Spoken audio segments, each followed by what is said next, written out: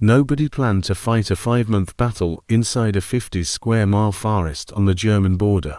It just happened that way. One decision at a time, one division at a time, until the Hurtgen had swallowed more American soldiers than most people realized this war ever cost in a single place. It started in September 1944, when Allied commanders fresh off the liberation of Paris believed Germany might fold before winter. It ended in February 1945, having ground through at least 9 American divisions and somewhere between 33,000 and 55,000 casualties. The single longest battle the United States Army has ever fought on foreign soil. The forest itself was the first problem. Roughly 50 square miles of dense pine and fir sitting on the German-Belgian border. The trees so tightly packed that a Sherman tank could not always maneuver between them. The ground covered in a deep mat of pine needles that hid anti-personnel mines so completely that engineers detected them only by probing the soil by hand on their knees in the dark. Artillery shells, instead of detonating on contact with the ground, burst in the treetops and showered steel fragments downward at angles that no foxhole could fully deflect. The forest eroded the one thing American infantry doctrine depended on most: the ability to use firepower, armor, and air support together. None of those tools worked cleanly in the trees. What was left was men on foot in mud fighting other men on foot, who had spent weeks preparing exactly the ground they were defending. The reason American commanders kept pushing into the Hürtgen instead of bypassing it is something military historians still argue over. And honestly, every time I read through the operational correspondence from 1st Army headquarters in those months, I come away more struck by the cumulative weight of sunk cost than by any clear strategic logic. The most coherent rationale was the Roar River dams, enormous concrete structures capable of releasing enough water to flood the Roar Valley and strand any Allied force that had already crossed the river. The dams sat in the southeastern corner of the forest. If American units crossed the Roar without controlling those dams, and the Germans opened the floodgates, entire divisions could be cut off on the far bank. But American commanders in the early weeks of the campaign did not make the dams the primary objective. They made the villages and roads of the forest interior the primary objective, and the dams were not fully addressed until months of blood had already been spent on ground that produced little in return. Into this situation walked the 28th Infantry Division in November 1944, a Pennsylvania National Guard unit already worn from weeks of fighting, whose patch the men had long since started calling the Bloody Bucket. Their objective was the town of Schmidt, sitting on a ridge that overlooked the Roar dams, reached by a single road that ran through the villages of Vozenach and Kamiet along a ridge so narrow that armor could barely move, without sliding off into ravines on either side. The 28th took Schmidt on the 3rd of November, held it for roughly 24 hours, and then watched German armor and infantry reclaim it in a counterattack. The division could not stop. By the time the battle for Schmidt was over, the 28th had lost 6,184 men, killed, wounded, missing, and captured, and the 77th Tank Battalion attached to them had lost 31 of its 52 Sherman tanks. They had advanced barely a handful of kilometers. The regiment, whose story military historian Charles MacDonald later called one of the worst divisional actions in American military history, had been through it all in under 2 weeks, and yet more divisions followed. The 4th, the 9th, the 8th, the 1st, all fed into the Hürtgen through autumn and into winter, some of them emerging with casualty rates above 50% in individual regiments, all of them learning the same brutal lesson about what happens when an army fights on ground that systematically cancels every advantage it carries. German losses reached roughly 28,000 across the same period, fewer than the Americans, and on defended ground. If the hour is late and the room is quiet, let the Hürtgen come to you the way it must have felt to the men who lived through it, not as a named battle on a campaign map, but as cold and mud and trees that closed out the sky and the sound of artillery bouncing between trunks in every direction at once, so that a soldier could not easily tell where fire was coming from. That world, the decisions that sent men into it, the cost of staying, and whether any of it needed to happen at all, is what this documentary traces from first to last. This is the entire history of the Battle of Hürtgen Forest, America's bloodiest battle. The Hürtgenwald sits in what Germans call the Eifel, a crumpled highland region east of the Belgian border, west of the Ruhr River, south of Aachen, north of the Ardennes.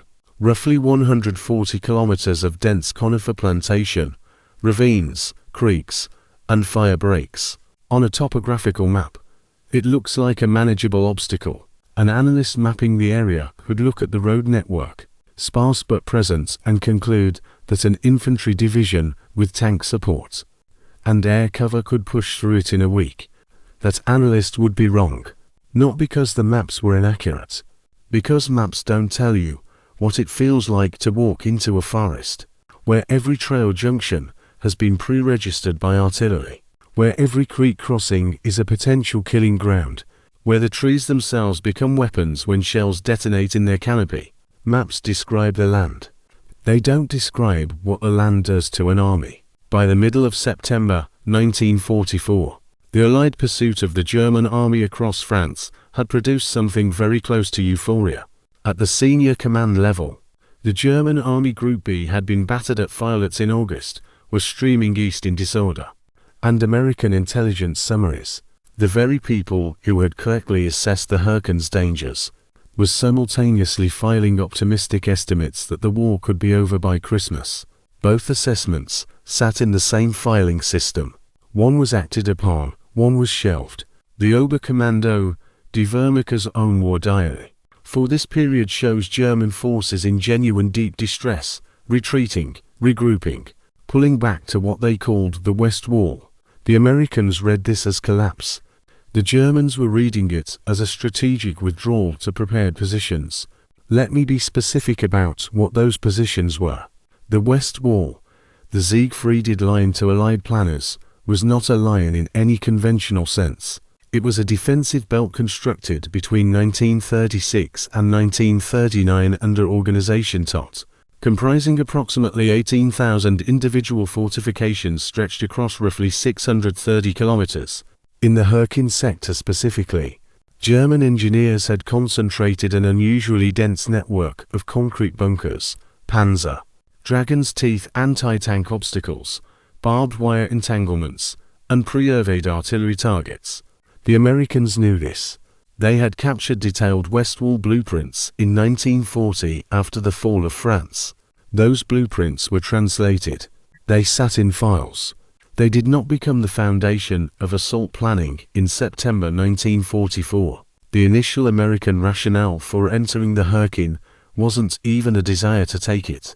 That's the detail that keeps stopping me. When I worked through the First Army's September planning documents, the stated purpose was flank security, a temporary limited operation to prevent German forces from using the forest's cover to strike at the southern flank of the American units fighting for Aachen to the north.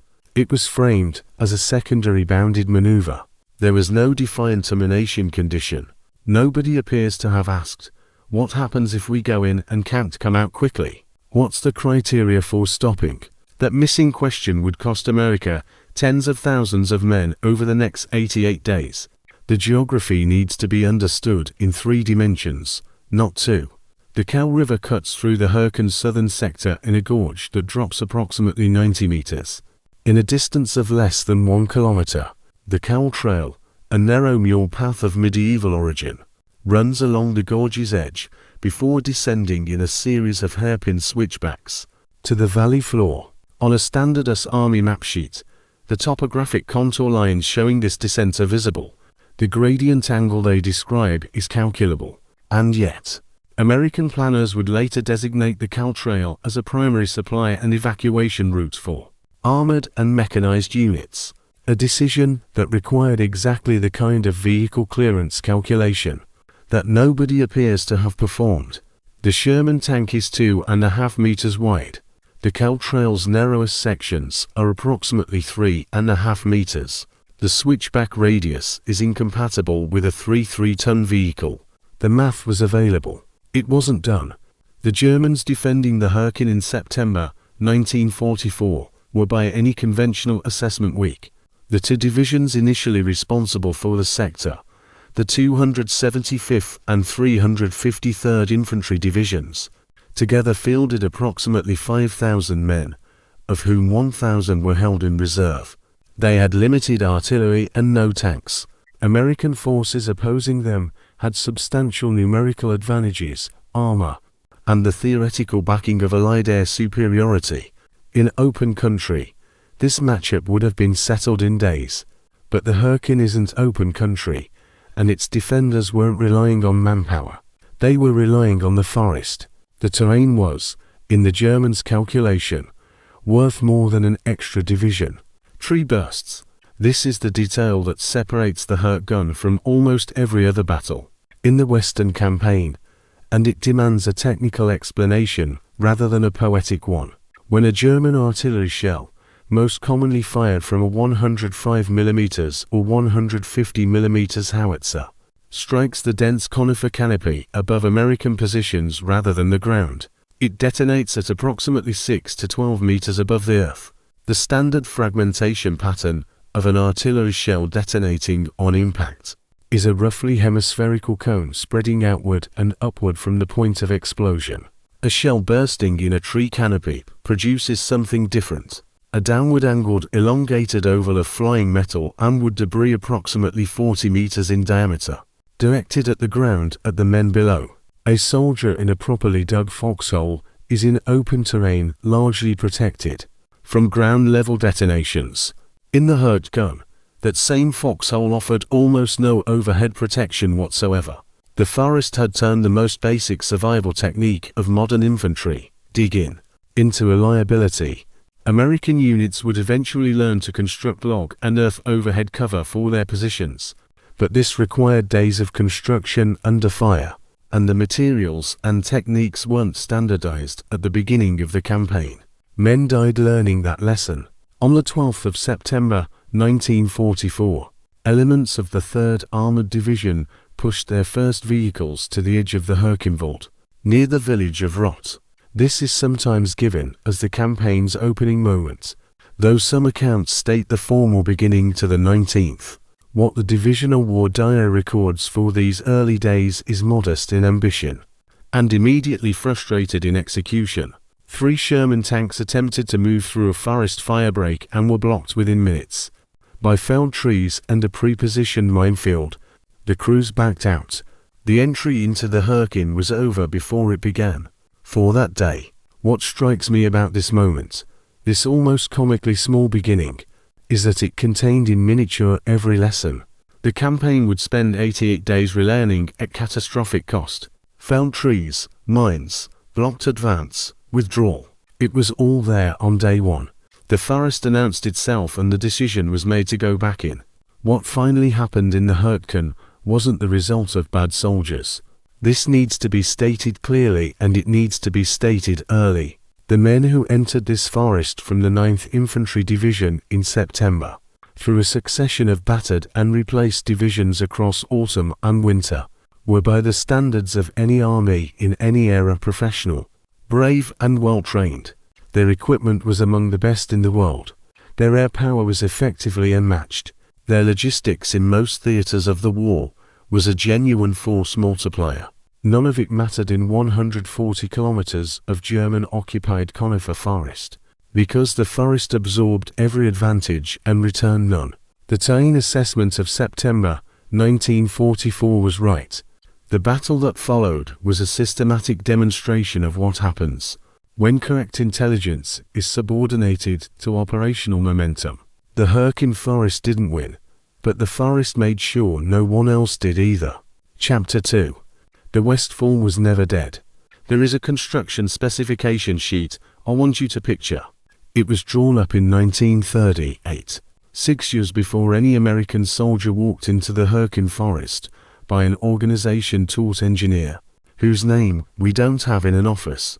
We can't place working to a set of military engineering standards that the Nazi regime had been developing since 1936. The document describes what they called a Type 10 Regelbau bunker standard construction program. Reinforced concrete wall thickness of 2 meters, roof thickness of 1.5 m. Capable of withstanding a direct hit from a 155 mm howitzer round. The Americans in the autumn of 1944 were firing a 155 mm howitzer, the same gun that had existed in some form since 1918, a 1918 weapon against a 1938 wall. That was the arithmetic of the West Wall. The Sea Grid Line's construction was one of the largest engineering projects in European history.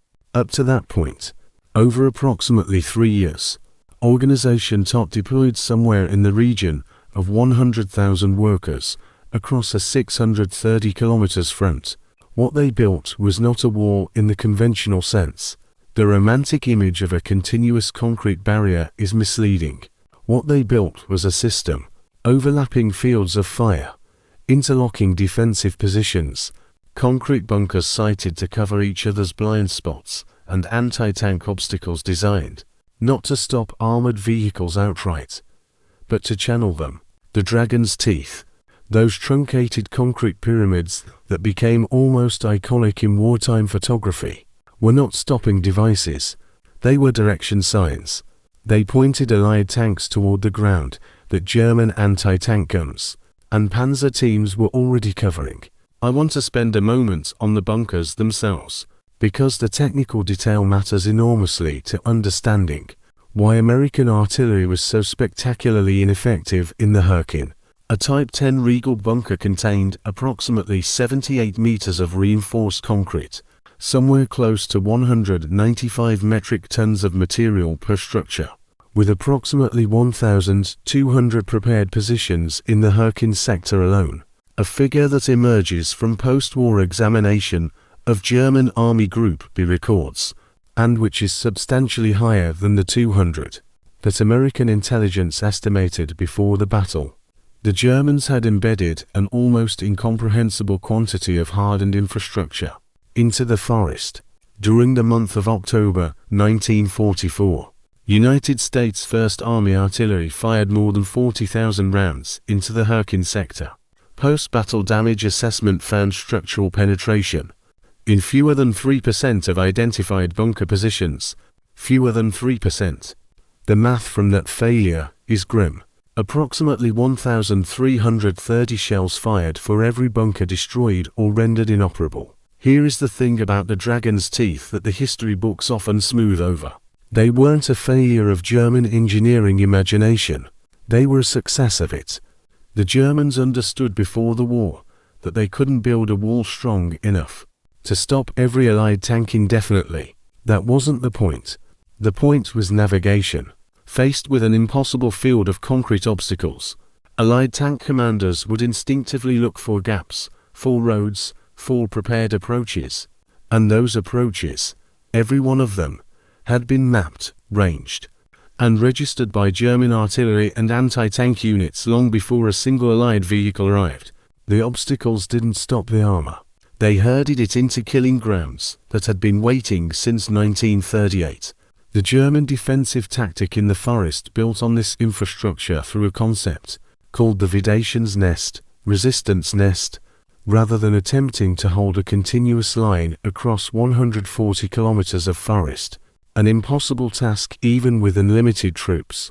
German commanders established mutually supporting strongpoints at terrain. Key features: trail junctions, creek crossings, ridge lines, fire break intersections. Each nest could defend itself in 360. More importantly, each nest was linked to adjacent ones through pre-registered artillery tables. Attacking one position brought fire from 2 or 3 others simultaneously. Bypassing a position left it intact to cut supply lines. The system was, in engineering terms, elegant.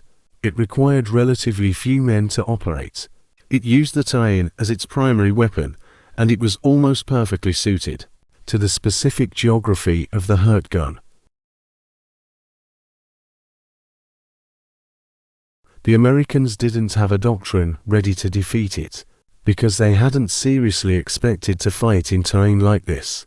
The Panzerfaust deserves its own technical moment here, because its transformation in the Hurtgen From desperation weapon to precision tool tells you something fundamental about how environment shapes military effectiveness in the open fields of Normandy or the plains of northern France.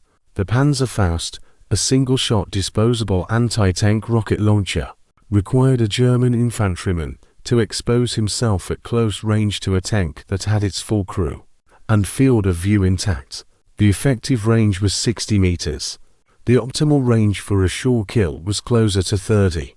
In the open, closing to 30 meters from an American Sherman meant crossing ground that the tank's machine guns and crew could cover easily. In the Hertz gun, that same 30 meters might be 3 trees and a fire break. German anti-tank teams trained to move through the forest unseen, approach tanks from their blind angles at the rear or sides, and fire at distances where the shape-charge warhead was almost certain to penetrate.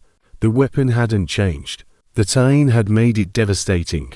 There is a moment documented in the 9th Infantry Division's after-action materials from October 1944 that I find almost unbearable in its precision.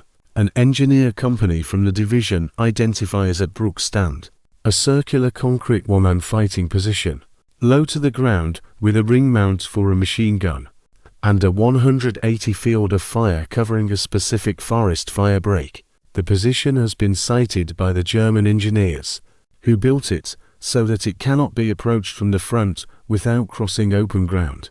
An infantry company attempts to take it. The company loses approximately 40 men. The Brook Stand was a single-man position.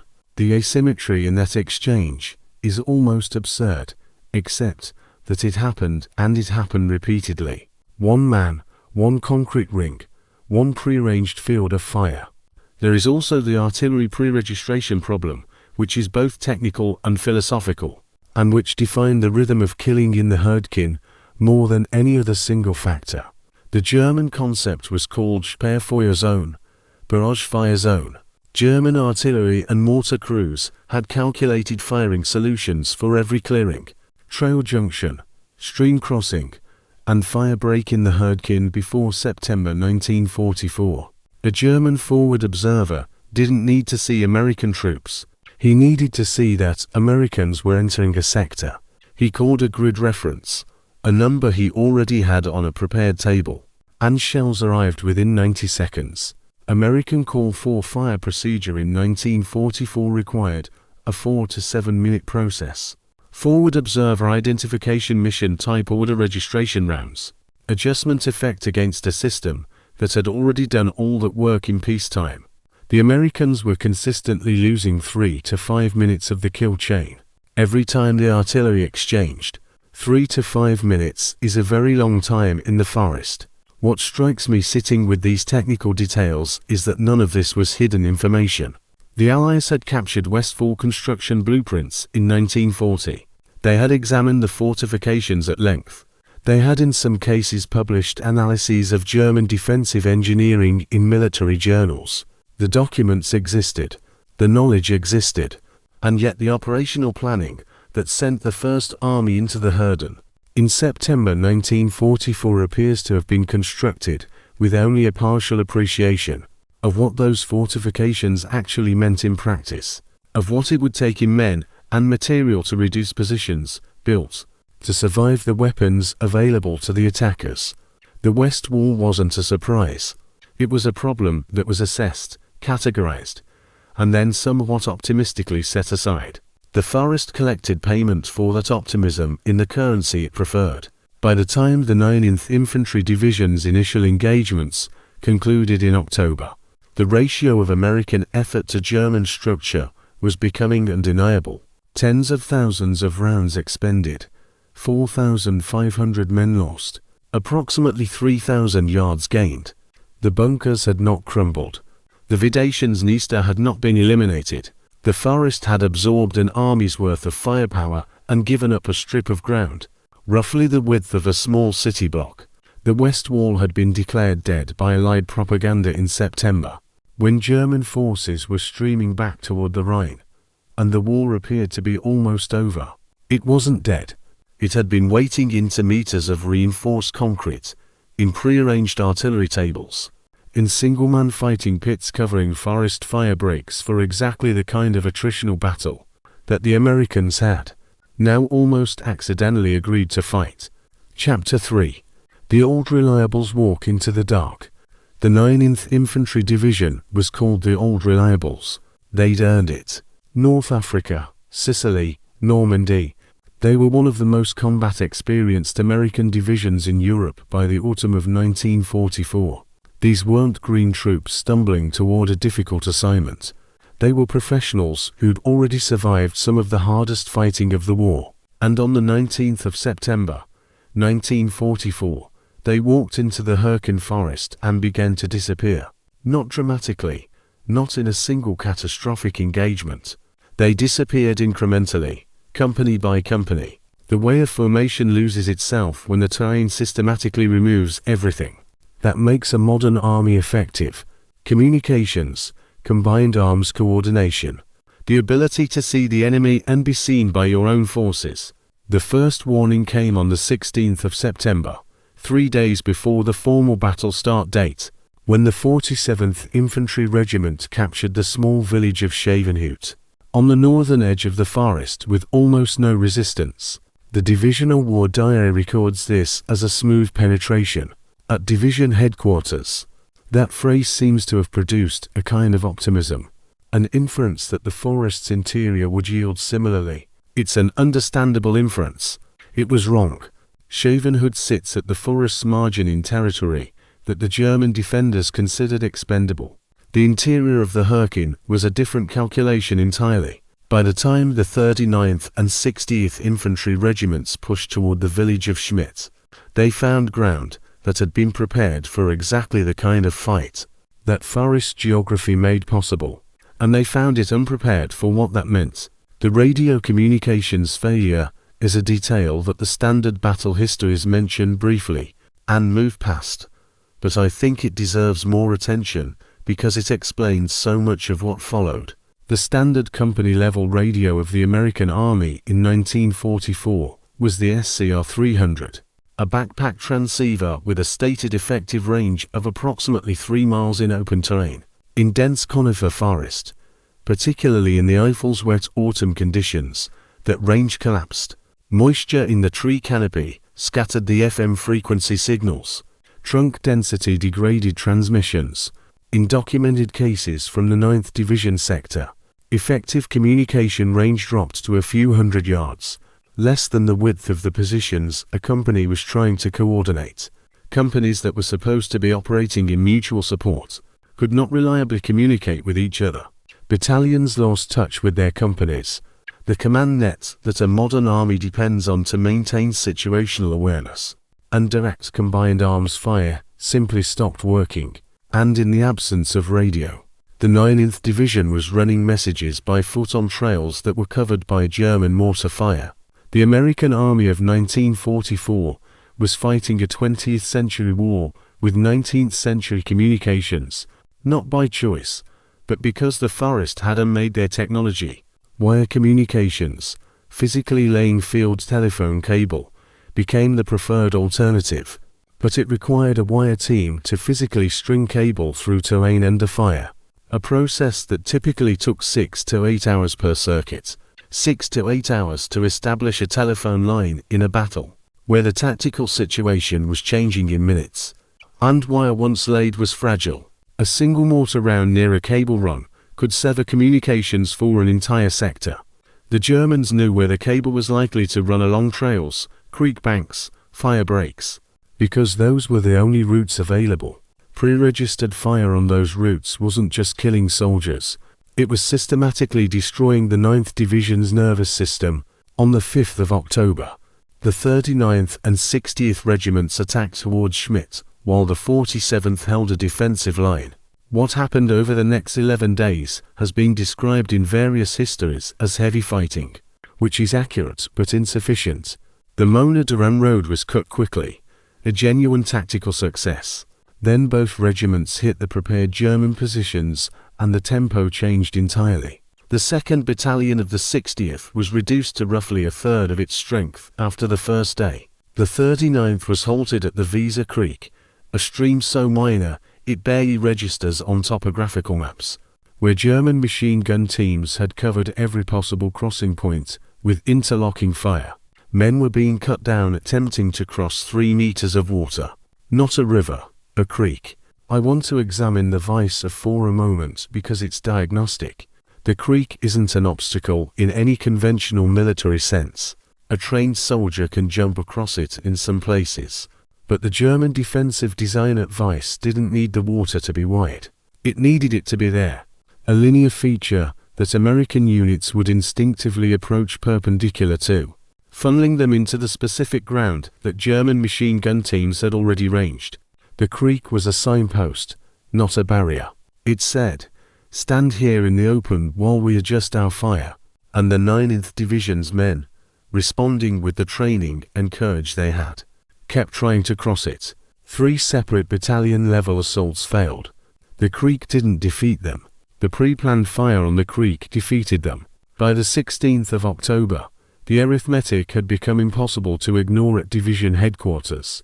27 days of combat, approximately 4,500 casualties, killed, wounded, or missing. Roughly 3,000 yards gained, 2¼ casualties per yard. More than 1 soldier lost for every step forward.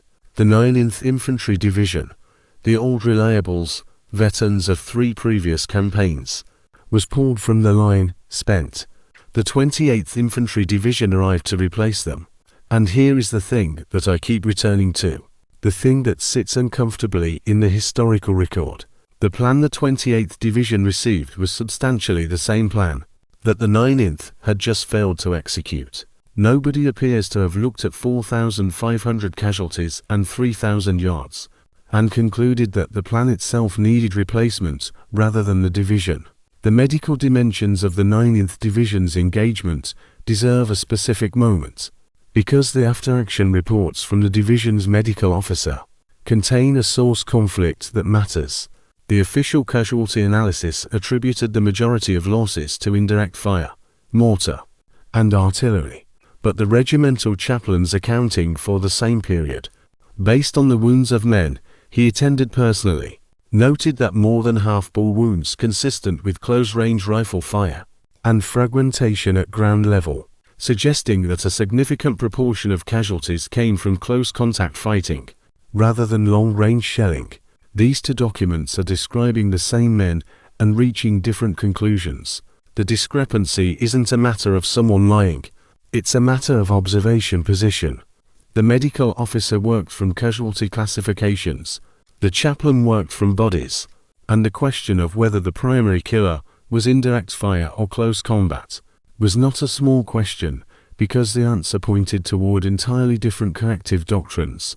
If artillery killed most men, you adjust artillery procedures. If close combat killed most men, you adjust small unit tactics. The 9th Division's records suggest both were happening simultaneously, and the command structure never fully resolved which lesson to act on. What the 9th Division's experience established, conclusively, in retrospect, was that the Hurtgen wasn't a temporary problem requiring temporary measures. It was a structural problem. The forest, the west wall fortifications, the pre-registered fire, the communication failures, the impossibility of maintaining unit cohesion in dense cover. None of these were going to yield to additional efforts by a division with the same equipment, the same doctrine, and the same plan. The 9th Division proved the hypothesis. The hypothesis was wrong, and the institutional response when it came was to send in another division. One last detail from the 9th Division's engagement that I think the standard history is under play. The division's nickname, the Old Reliables, was genuinely earned. They had fought in terrain and conditions across 3 theaters. They were not inexperienced. They were not poorly led. Their destruction in the Hurtgen was not a failure of character or competence at the formation level. It was a demonstration of what happens when competent, experienced soldiers are put inside a tactical environment for which their training, equipment, and doctrine provide no adequate answer. The Hurtgen didn't expose weakness in the 9th Division. It exposed a gap in American military thinking about what war in dense European forest actually required. That gap was real. It was significant, and it would claim thousands more lives before anyone in a position of authority acknowledged it clearly enough to act. Chapter 4. Norman Cotter reads the same bad order. Norman Cotter was one of the bravest men in the United States Army. This is not a rhetorical opener. It's a documented fact that matters enormously to what comes next. On the 6th of June 1944, Cotter was the first general officer to reach the beach at Omaha. He walked upright under machine gun fire, when men around him were dying in the surf and in the sand. He was the man who told the Rangers to lead the way. He received a Distinguished Service Cross, and every commendation his peers had the authority to give, and every one of them was deserved. Whatever happened to the 28th Infantry Division in the Hürtgen Forest was not the result of cowardice or incompetence in their commanding general. Understanding that is not a defense of what followed. It is the prerequisite for understanding it honestly. In late October 1944, Cotter established his division command post in the village of Rott and began coordinating with the 5th Corps staff for what would become the 28th Division's assault into the Hürtgen. The operations order he received has been examined in considerable detail by the US Army's own post-war case study system, a study produced at the Army's Command and General Staff College that is by the standards of institutional self-critique, remarkably candid. The order, the case study notes, was basically the same plan that had been given to the 9th Infantry Division, and that plan had failed. Cotter read this order. He is documented as expressing dissatisfaction with its prescriptive nature. It left, in his view, very little room for his own judgment and that of his regimental commanders. He asked for additional tank support and was told the terrain didn't support armor, and he executed the plan. He did not formally object to his corps commander. In the command culture of the United States Army in 1944, formally refusing to execute an operations order because you believed it was doctrinally flawed was not something generals did. The mechanisms for that kind of dissent didn't really exist. What Cotter faced wasn't a simple choice between compliance and resistance. It was a system that had no good path for the second option. The three preparation failures that the Army's own case study identifies are specific enough to quote in structural terms, though I'll reconstruct them rather than attribute to a single source. First, Cotter approved an attack without directing subordinate units to conduct ground patrols into the forest sector they would assault. The Hurtgen's canopy prevented aerial reconnaissance from providing reliable ground truth, but foot patrols could have established much of what remained unknown. They weren't sent. Second, and directly connected, Cotter approved the Kall Trail as the division's primary supply and evacuation route, without physical verification of its condition or load-bearing capacity. Aerial photographs couldn't confirm the trail's actual state under the tree cover. A ground patrol could have established that it was in its upper sections, approximately 3 and 12 to 4 meters wide, and done the calculation about what that meant for a Sherman tank. Third, Cotter decided not to use armor in direct support of his attacking infantry, accepting the Corps' assessments that the forest would not allow access, without consulting the 9th Division's after-action materials, which had noted that tanks could operate in forest clearings with engineer preparation. 3 decisions, each explicable individually.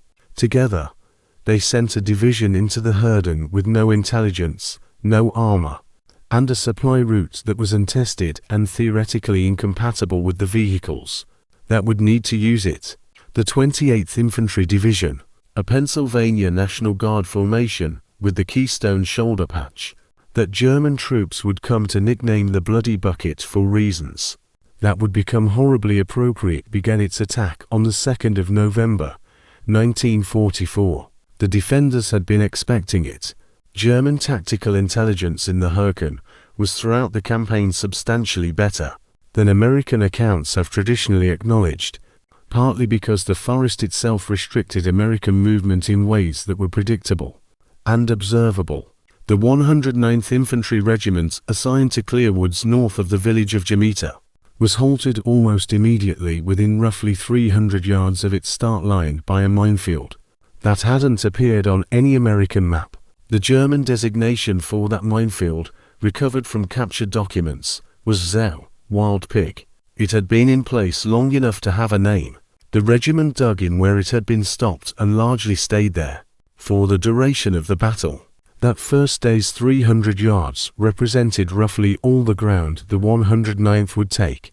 On the 3rd of November, something improbable happened. The 3rd Battalion of the 112th Infantry Regiment, attacking across the Kall Valley toward the east, entered the village of Schmidt. It is worth letting that fact sit for a moment, because it is the campaign's single genuine moment of tactical success. Schmidt sits on high ground at the Hurtgen's eastern edge, commanding a long view across the Ruhr Valley toward Hurtgen.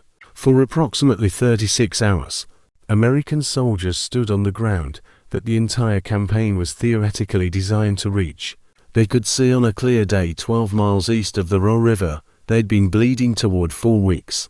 The 112th operations log for the 3rd of November records: objective secured, request resupply and tank reinforcement via Kall Trail.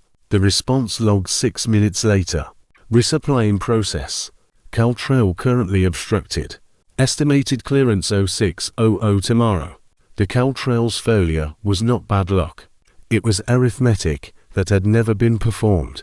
Company A of the 707th Tank Battalion attempted to move Sherman tanks down to the valley to support the 112th at Kamides and Schmidt. Post-battle engineering analysis of the trail established that its narrowest point measured approximately 3.5 meters in width. A Sherman tank's hull, excluding track overhang, was 2.5 meters wide. Track overhang on each side added roughly 20 centimeters, bringing the effective vehicle width to approximately 2.9 meters. The margin between tank and trail edge was in the narrowest sections, less than 30 centimeters per side. On hairpin switchbacks in mud and darkness, that margin was insufficient. 3 tanks blocked the trail, 2 through tracks on the turns. 1 slid toward the embankment edge and lodged against a tree, closing the route for hours.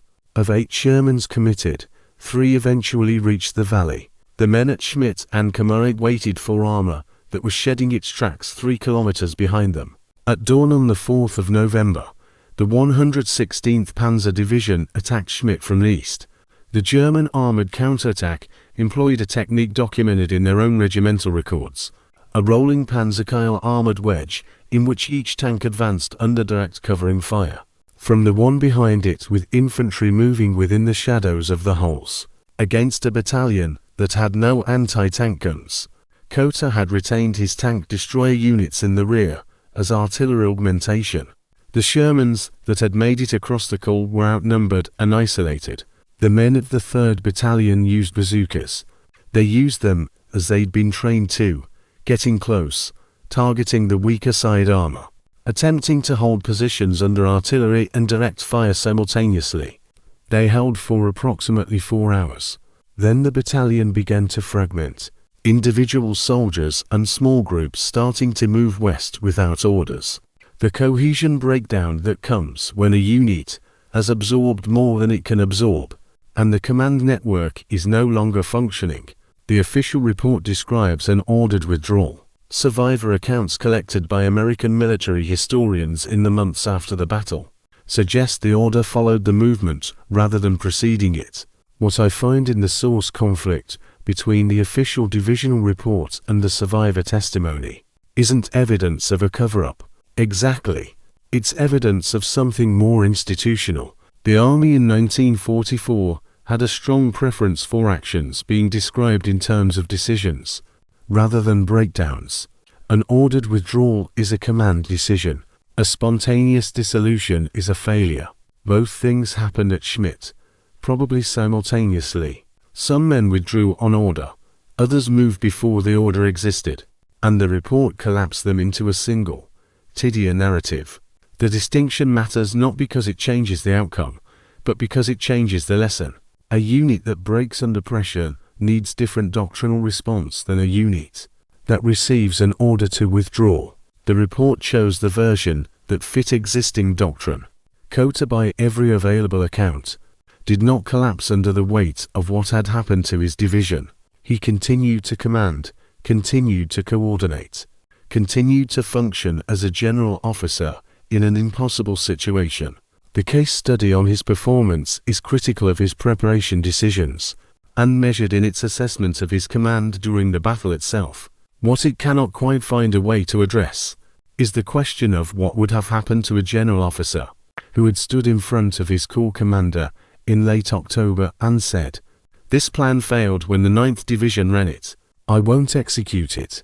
That officer's career prospects in the United States Army of 1944 were not good. The system that produced the Hurtgen's failures didn't produce them because the generals were cowards.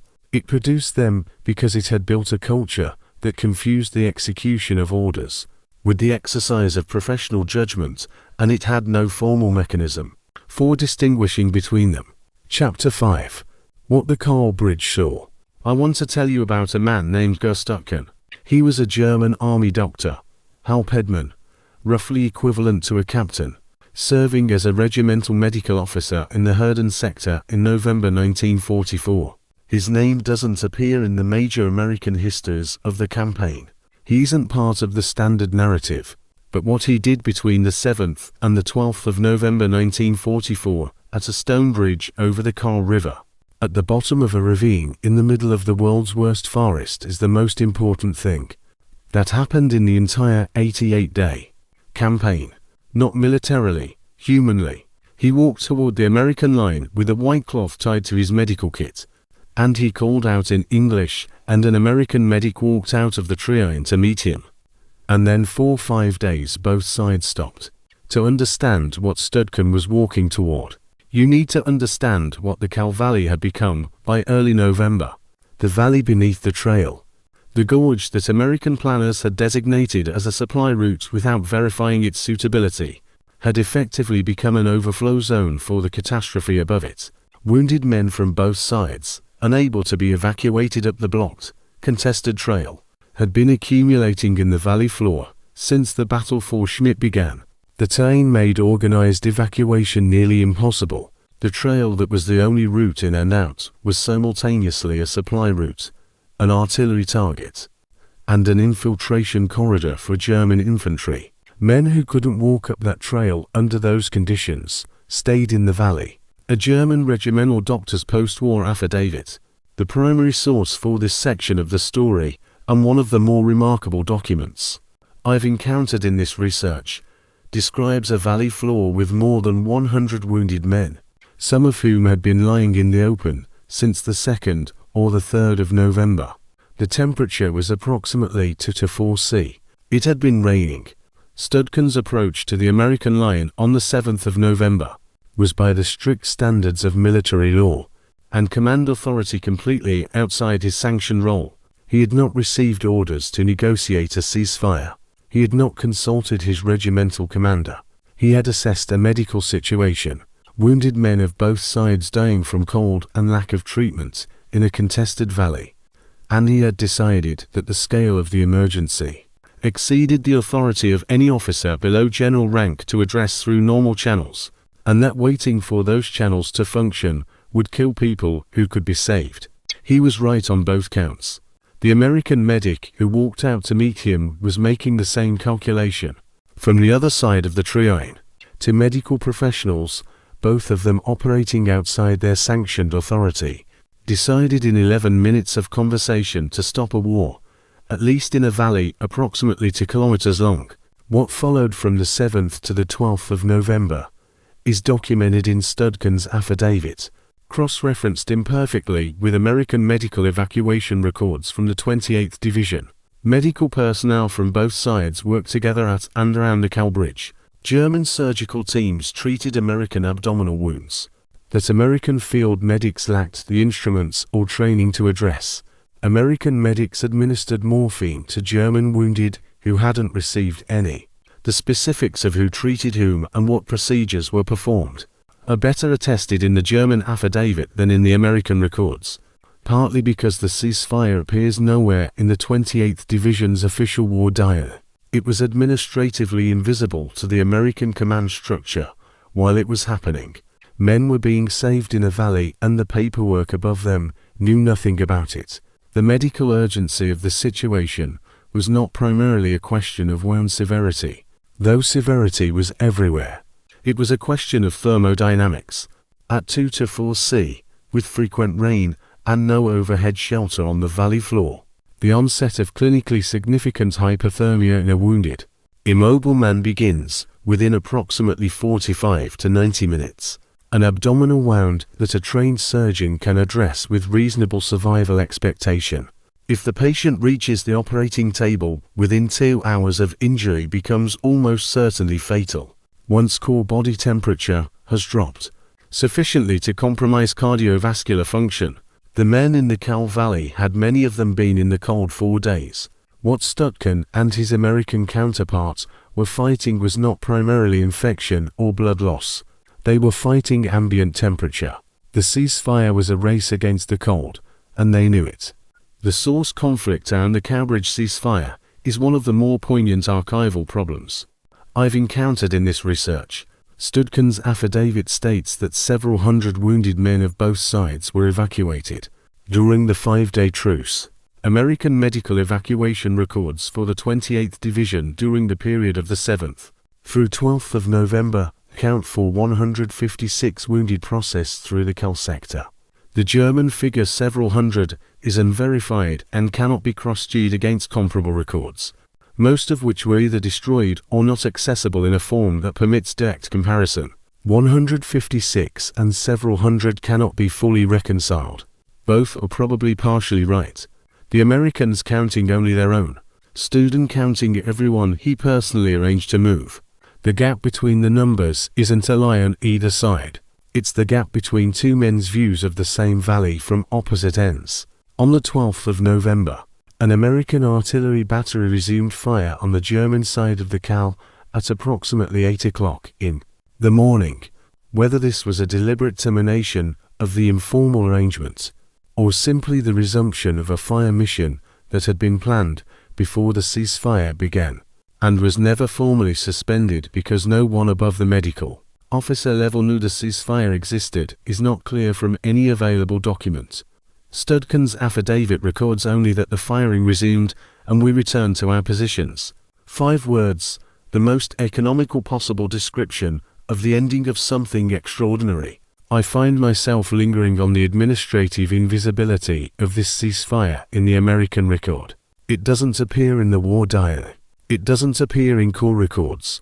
It exists because a German doctor filed an affidavit after the war, and because American medical evacuation records for the period, read carefully, show a pattern of evacuations that is inconsistent with the tactical situation described in operational reports, suggesting that something was happening in the valley that the operational reports don't describe. Historical recovery sometimes works like that. You find the event not in the document that should contain it, but in the anomaly in a document that describes something adjacent.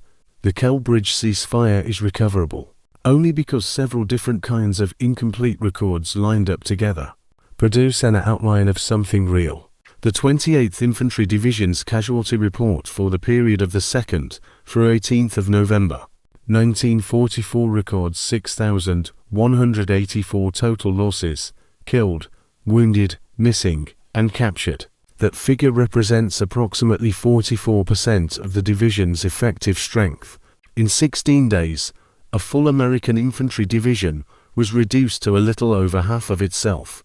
The 28th entered the Hurtgen as one of the US Army's capable, experienced divisions, a National Guard formation with combat experience. Going back to Normandy, it left requiring complete reconstitution. The Cowbridge ceasefire saved some number of men, somewhere between 156 and several hundred, who might otherwise have died of cold in a valley. In the context of 6,184 casualties, that number is a small fraction, but it is not a small thing. And Hurtgen, a German army doctor acting without orders and without authorization, walking toward an enemy line with a white cloth, is not a small person. He is, in fact, the best man in the Hurtgen that week. Chapter 6. Operation Queen's Broken Wings. On the 16th of November, 1944, the sky above the Hürtgen went dark at midday. Not from weather, from aircraft. More than 12,200 heavy bombers from the United States 8th Air Force, B-17 Flying Fortresses, and B-24 Liberators flew in mass formation over the German defensive positions along the Aachen-Hürtgen sector, accompanied by approximately 480 medium bombers from the 9th Air Force. The combined force dropped approximately 10,097 tons of bombs in a period of several hours. This was Operation Queen, the largest single tactical air bombardment in support of a ground offensive in the Western European campaign. It looked from any reasonable distance like the kind of decisive application of Allied air power that should end a tactical problem definitively. It was not.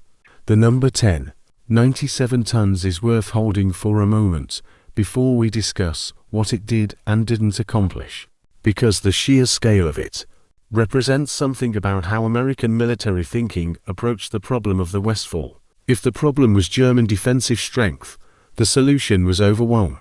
More bombs, more fire, more weight of metal applied to the same coordinates until the defenses collapsed. This is a logical framework. It works against many target types, against a network of Type 10 Regal bow bunkers with 2 meters walls. The logical framework broke against the concrete. The 8th Air Force's bomb of choice for the Queen mission was the M65,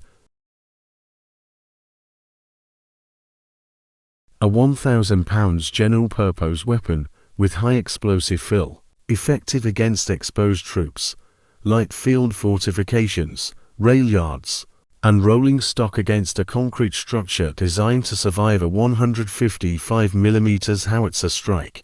Its limitations were structural rather than incidental. The technical problem is specific enough to state precisely: the M65 detonating on or near the surface of a Type 10 bunker produced a blast over pressure of approximately 150 pounds per square inch at 10 meters from the point of detonation, sufficient to destroy light buildings, collapse unprotected personnel, and tear apart field fortifications, insufficient to penetrate 2 meters of reinforced concrete. The only scenario in which a 1,000-pound bomb reliably destroyed a Regal bow bunker was a direct hit through a ventilation shaft, an observation port, or an embrasure, a hit geometry that required not just accuracy, but a specific angle of approach that high-altitude bombing essentially couldn't guarantee. Post-strike reconnaissance photographs examined by 8th Air Force targeting analysts showed surface cratering and blast damage to bunker approaches across the target area. Structural penetration of primary concrete: fewer than 4% of identified structures, fewer than 4% from 10,000 tons. The bombing hit the right map coordinates. The map coordinates were the wrong kind of target. The ground offensive that followed, launched the same day, the 16th of November, with the 4th Infantry Division as the primary attacking force in the Hürtgen sector, found positions that had been shaken, covered in debris, partly obscured by new crater fields. They had not been eliminated. The Germans had sheltered in their bunkers during the bombardment, and the bunkers had done what they were built to do. German after-action reports from the sector describe the Queen bombing as intense but not decisive, a characterization that aligns uncomfortably with the American post-strike assessment. Both sides knew what had happened. Neither wanted to say it clearly. There is a source conflict embedded in Operation Queen's aftermath that matters for assessing its actual impact. The 7th Corps Intelligence Summary for the 17th and the 18th of November estimated that Operation Queen had destroyed or rendered combat ineffective approximately 30% of enemy first-line defensive positions in the target sector. German Army Group B records examined after the war by official historians report total casualties from the air bombardment at approximately 800 men across the affected area. 800 casualties from 10,097 tons of bombs.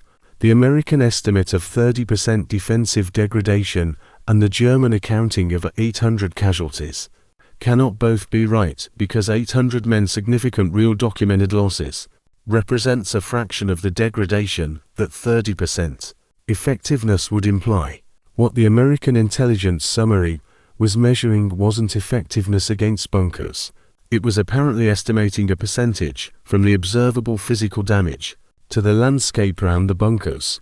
Cratered Earth looks like destruction. It isn't the same as a destroyed defensive system. Ernest Hemingway was present with the 22nd Infantry Regiment of the 4th Infantry Division during November 1944. Attached as a war correspondent, a role he interpreted with characteristic looseness, his relationship with the regiment's commanding officer, Colonel Charles Buck Lanham, was close enough that their correspondence has been preserved through Hemingway's own archive. Hemingway filed almost nothing from the Hurtgen. His editor at Collier's queried him about the gap in his output. His response, preserved in the magazine's correspondence files, was that there was nothing he could write that would be allowed past censorship, and nothing he would want to write that wouldn't damage the men who survived. A man who had covered every significant conflict since 1918 went silent, not from lack of observation, from an excess of it. What he saw went into Across the River and Into the Trees, a novel published in 1950, and it went in sideways, fictionalized, dislocated, never quite resolved. The forest is present in that book without being named. That's probably the most honest thing anyone wrote about the Hurtgen during the period. The 4th Infantry Division's experience from the 16th of November needs its own specific accounting. The 22nd Infantry Regiment, the regiment Hemingway was with, attacked in parallel with the 8th Infantry Regiment, both pushing into the forest in column with open flanks, that invited the precise kind of infiltration and enfilade fire that the forest's geography enabled. After 3 days, there were approximately 300 casualties, including a disproportionate number of officers and non-commissioned officers, men who led from the front, men the forest targeted. By the 18th of November, the divisional command had concluded that tanks were essential despite the terrain, and engineers were assigned to blast tank routes through the forest, literally detonating standing trees to create corridors wide enough for a Sherman to pass. This is the kind of tactical adaptation that should perhaps have been planned in advance. It wasn't. The engineers did it under fire, in 3 days in November conditions. Some of the resulting routes were functional, some were not. The 22nd Infantry Regiment's 18 days in the Hürtgen Forest from the 16th of November to approximately the 3rd of December cost it 2,678 casualties, advancing roughly 6,000 yards. The regimental morning report for the 1st of December records an effective strength of approximately 579 men against an authorized strength of 3,257. The regiment was at less than 18% of its established strength. In purely logistical terms, the regiment had effectively replaced itself once during its time in the forest, the number of replacements received roughly matching the number of casualties taken, and had emerged from the process as a shell of its former capability. The replacements weren't inferior men. They were men who hadn't had time to learn where the Germans prearranged their mortars, which creek crossings were covered, which firebreak sightlines were covered from 3 directions simultaneously. They died faster than veterans did, and they were replaced in turn. The regiment processed its own destruction and continued to function, which is either remarkable or heartbreaking, depending on which way you choose to read it. Operation Queen was not a failure of execution. The bombers flew where they were ordered to fly. The bombs landed where the bombarders aimed them. The mission was executed with the precision available to heavy bomber formations in 1944. It was a failure of targeting concept, a fundamental mismatch between the weapon system chosen and the target type presented. 10,097 tons of bombs against a network of 2 meters concrete bunkers was not a military calculation. It was a hope, and one of the things the Hürtgen Forest does relentlessly across its entire 88-day record is demonstrate what happens when hope substitutes for calculation. Chapter 7. The 22nd Infantry's Arithmetic. There is a single sheet of paper I want to begin with, not a battle map, not a casualty report filed by a general, a morning report. the most routine administrative document in the United States Army's daily cycle, filed every morning by every unit, recording the number of men present, the number absent, the number sick, the number dead. The morning report for the 22nd Infantry Regiment, 4th Infantry Division, dated the 1st of December, 1944, has one column that stops you cold. Effective strength, all grades, 579 men. Authorized strength, 3,257, 17%. In the most ordinary bureaucratic form, the Army produced every single day of the war. One regiment's destruction is recorded without comment, without adjective, without a single word of mourning. The column is filled in. The form is filed. The regiment continues to exist on paper. The 22nd Infantry entered the Hurtgen on the 16th of November, 1944, as part of the 4th Infantry Division's commitment to Operation Queen's Grand Phase.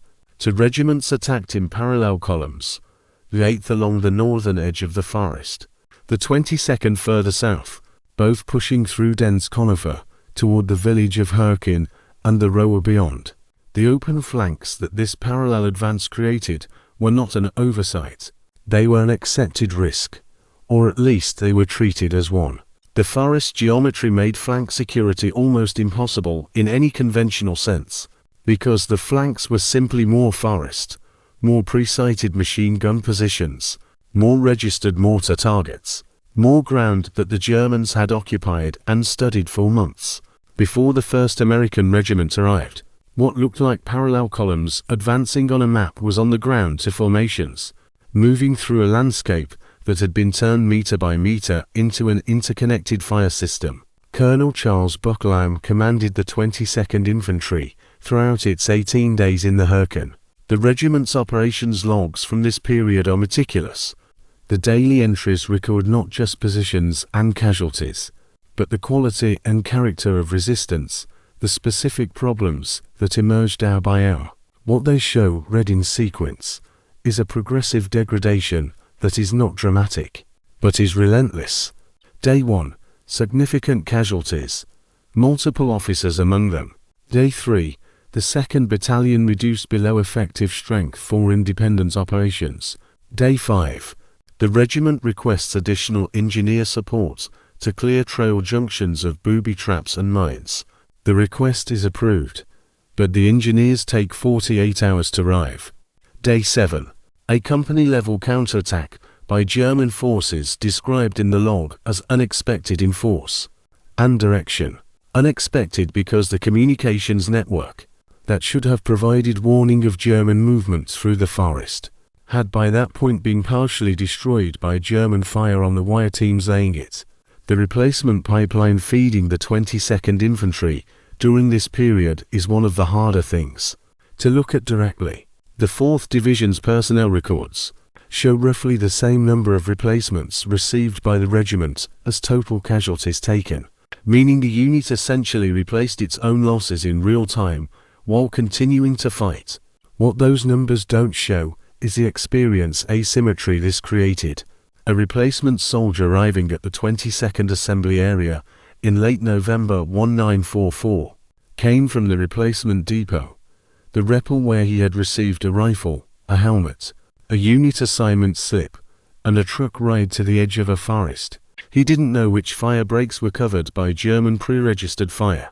He didn't know that the trail junction 200 meters ahead was a consistent mortar target between 0600 and 0900 because the German battery on the other side of the ridge had a pattern. The veterans knew these things or had learned them at cost. The replacements hadn't. German snipers and machine gun crews in the Hurtgen apparently learned to identify newly arrived soldiers by behavioral indicators, moving in groups on familiar routes, standing rather than going prone under indirect fire, failing to use available cover on approaches that experienced soldiers had learned to treat with caution. The replacements died faster than veterans in their first days. Then they became veterans if they survived long enough. Then they were casualties and were replaced in turn. Private Robert Patzett arrived as a replacement with the 22nd Infantry in early December 1944. He was 22 years old. A letter he wrote dated the 1st of December, recovered from family archives and shared publicly decades later, describes his arrival with a directness that no official document matches. He writes that he doesn't know the name of the corporal whose foxhole he's sharing, and that the corporal doesn't know his. He describes the forest as darker than anything and notes that he hasn't been able to see the sky in 3 days. He gives the letter to another replacement to carry out if he doesn't make it. Robert Patzard was killed in action on the 3rd of December 1944.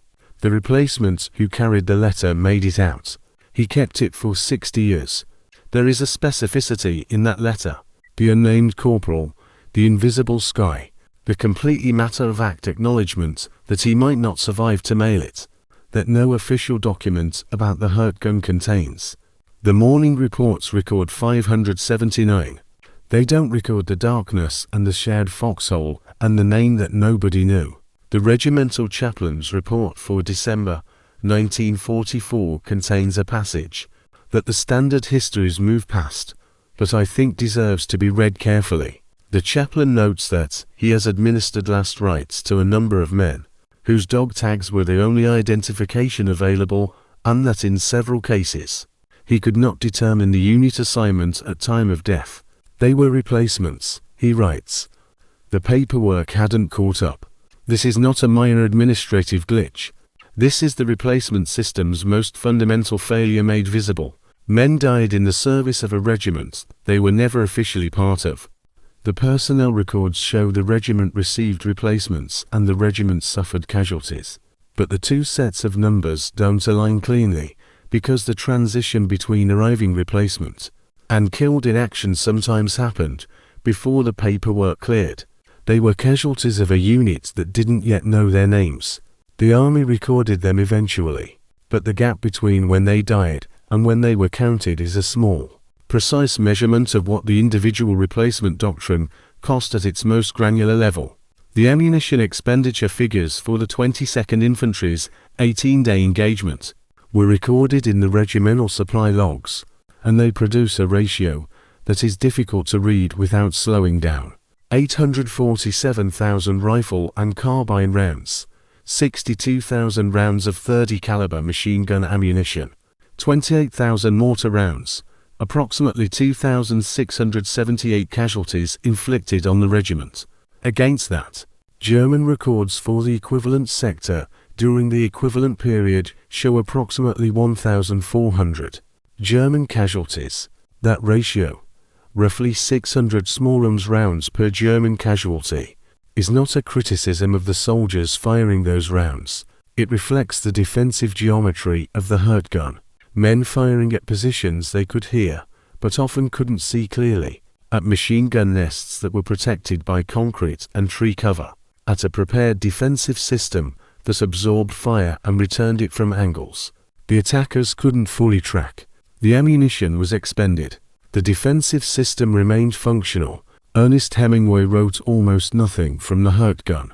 I've mentioned this already in the context of Operation Queen, but it belongs in this chapter, too, because the 22nd Infantry was where he spent November, and Colonel Lamb was the man he was closest to.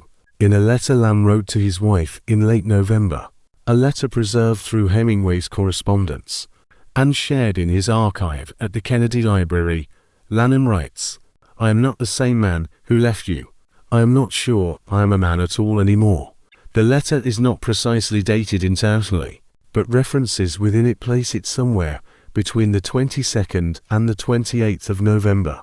This is the commanding officer of a regiment in the middle of a battle, not a private in a shared foxhole, a full colonel, West Point graduate, professional soldier with years of service, writing to his wife that he isn't sure he's a man.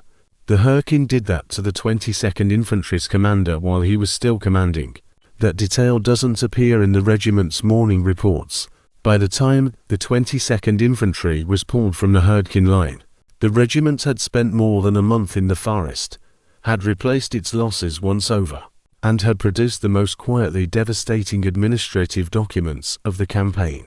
579 effective against 3,257 authorized. The regiment continued to exist. It was reconstituted with replacements, its veterans integrated with newer men, its command structure rebuilt around those who remained. The United States Army's individual replacement doctrine meant that a regiment could be effectively destroyed and then administratively reconstructed into a formation that bore its name and its history without containing most of the men who had made either. The arithmetic of the Hurtgen was not only the arithmetic of casualties, it was the arithmetic of institutional memory, of what a unit knows and can do, being lost and approximated and lost again at a rate no morning report had a column for. Chapter 8. The Hill That Ate the Bloody Bucket. The 28th Infantry Division's shoulder patch is a red keystone, Pennsylvania's symbol carried by a National Guard division with roots in the First World War. German troops in the Hurtgen gave it a different name. They called the patch the Bloody Bucket. It isn't clear exactly when the nickname originated, but by November 1944, the division had earned it in the most direct possible sense. In the forest above the Kall Valley, the 28th Infantry Division was bleeding into the Hurtgen soil at a rate that the divisional casualty records make almost impossible to read in sequence without stopping.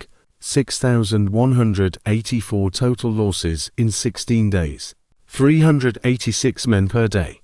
A division that entered the battle with approximately 14,000 effective soldiers left it. What remained of it at roughly 56% of that strength. The red keystone was accurate. The bucket was full. The central failure of the 28th Division's Hurt engagement is often described in terms of Norman Coater's 3 preparation mistakes. No pre-attack patrol, the Kall Trail as primary supply route, armor kept in the rear. Those failures were real and they were consequential. But there is a dimension of the Schmidt disaster that the preparation critique alone doesn't fully explain. And it is the dimension of what happened to the 112th Infantry Regiment after it did exactly what it was supposed to do. The regiment captured Schmidt. It stood on the objective. For 36 hours, it held the highest ground in the sector, the point from which the Ruhr Valley was visible 12 miles east. It achieved for 1 day and a half the campaign's central goal. And then the supply line failed and the tanks didn't come and the armor counterattacked at dawn. And everything the regiment had paid for with lives was unwound in 90 minutes. The 3 and 12 didn't fail because it wasn't brave enough or skilled enough. It failed because the plan that sent it to Schmidt had never built the infrastructure required to sustain what success looked like. The Kall Trail arithmetic has been described in the context of Chapter 4, but it deserves a ground-level perspective here, because the 707th Tank Battalion's experience of the trail is not primarily a story about planning failure. It is a story about what it feels like to be a tank crew trying to force a 3-3-ton vehicle down a mountain switchback at 3 o'clock in the morning in the mud, knowing that the infantry you were sent to support is 3 kilometers further on and waiting for you. The operations log of the 707th for the 4th of November records vehicle after vehicle encountering the trail's constraints, tracks thrown, a tank edged onto an embankment leaning toward the gorge edge, the crew unable to determine in darkness and mud whether it would hold or slide. The engineering analysis conducted after the battle established the trail's narrowest section at approximately 3.1 meters. The tank's effective width at approximately 2.9 meters. In ideal conditions, in daylight on dry ground, that margin was workable. In mud, in darkness, under intermittent artillery fire, it was not. 3 Shermans reached the bottom. 5 didn't. At dawn on the 4th of November, the German counterattack against Schmidt began. The 116th Panzer Division's assault came from the east, where the village faces the Ruhr Valley, the direction from which no significant defensive preparation had been made, partly because getting to Schmidt from the west had consumed all available energy, and partly because the 3rd Battalion, once it entered the village, had been focused on consolidating the position rather than planning for armored attack. From the opposite side, the Panzer Kall formation the Germans used, tanks advancing in mutual cover, infantry moving within the vehicle's shadow, is documented in German regimental records from the engagement against a battalion. Without anti-tank guns with bazookas as the primary anti-armor weapon, and no direct armor support of its own, the tactical asymmetry was stark. The men used their bazookas. They had too close to approximately 30 meters for reliable effect, and the Panzer IV's Panzer Grenadier screen was specifically designed to prevent exactly that kind of close approach. The battalion held for approximately 4 hours. Then it began to fragment. The source conflict around the Schmidt withdrawal deserves careful handling. The 28th Division's official report states that withdrawal was ordered by battalion command, following untenable positions due to enemy armor. To survivor accounts collected by the army historian Sir Marshall in the months following the battle, accounts whose collection method Marshall has been criticized for in later scholarship, describe the movement beginning before any order was issued, with individual soldiers and small groups starting to move west of their own initiative, and the order arriving as a description of what was already happening. The discrepancy between these accounts isn't necessarily a matter of fabrication on either side. Marshall's methodology has legitimate critics, and his working notes shouldn't be treated as transcript-quality primary source material. But the basic tension he identifies between institutional preference for ordered withdrawal and the ground-level reality of cohesion breakdown under sustained armored pressure is consistent with what the casualty figures and the timeline of events independently suggest. The 3rd Battalion left Schmidt.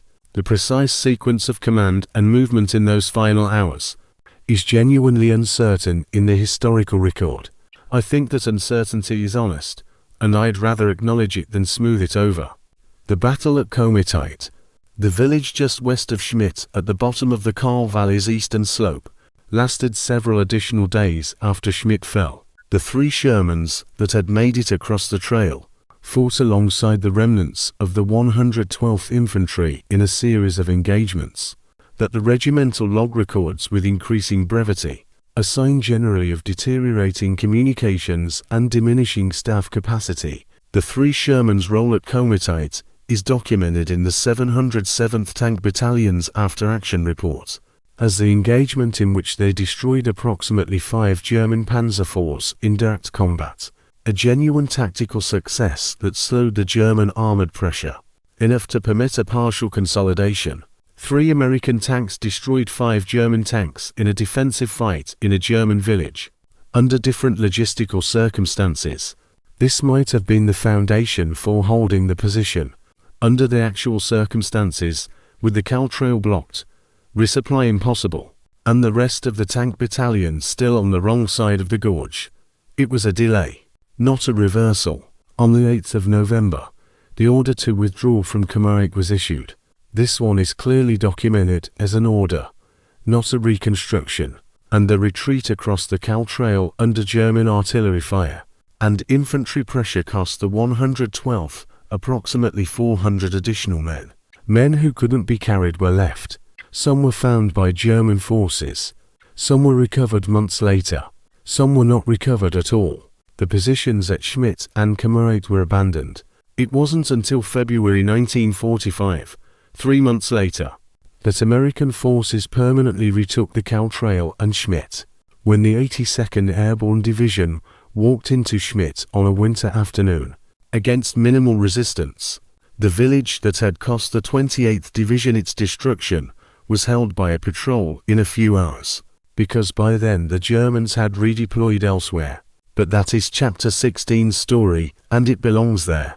What happened to the 28th Infantry Division after the Hurtgen is a detail that the battle's standard histories mention briefly, and that I think deserves more weight than it usually receives.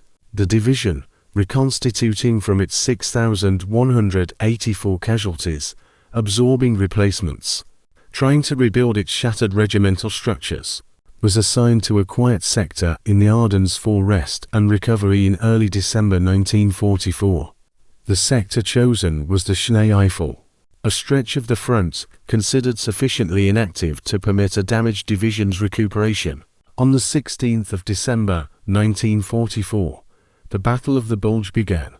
The German offensive's primary axis of advance in the southern sector ran directly through the 28th Infantry Division's area of responsibility. A division that had just been effectively destroyed in the Hürtgen was 2 weeks later, standing in the path of Germany's last major offensive on the Western Front.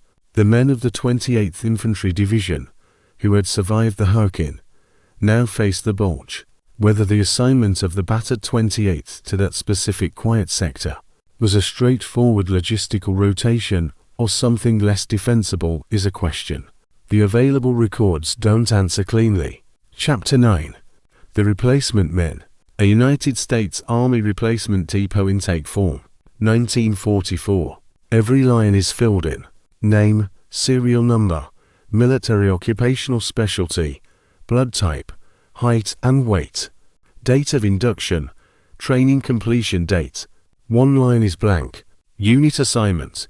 The man holding this form and tens of thousands like him moved through the replacement depot system. In the autumn and winter of 1944 would not know where he was going until a truck took him there. He wouldn't know the name of his company commander. He probably wouldn't know the name of his squad leader until he met him in the dark, at the edge of a tree-line. He was, in the Army's logistical language, an individual replacement. A standardized component to be inserted into a depleted formation filled the slot vacated by the man who had been killed or wounded in the same position the day before. The slot had a job description. The system assumed that was sufficient. The REPL, the contemptuous nickname that soldiers assigned to replacement depots, was not a comfortable place, even by the standards of wartime military accommodation. Men could wait there 4 days or weeks, processed and categorized and held in administrative limbo between their training and their assignment. The experience described in oral histories collected by the Veterans History Project, and in the memoir fragments of men who passed through these depots on the way to the Hurtgen, is remarkably consistent.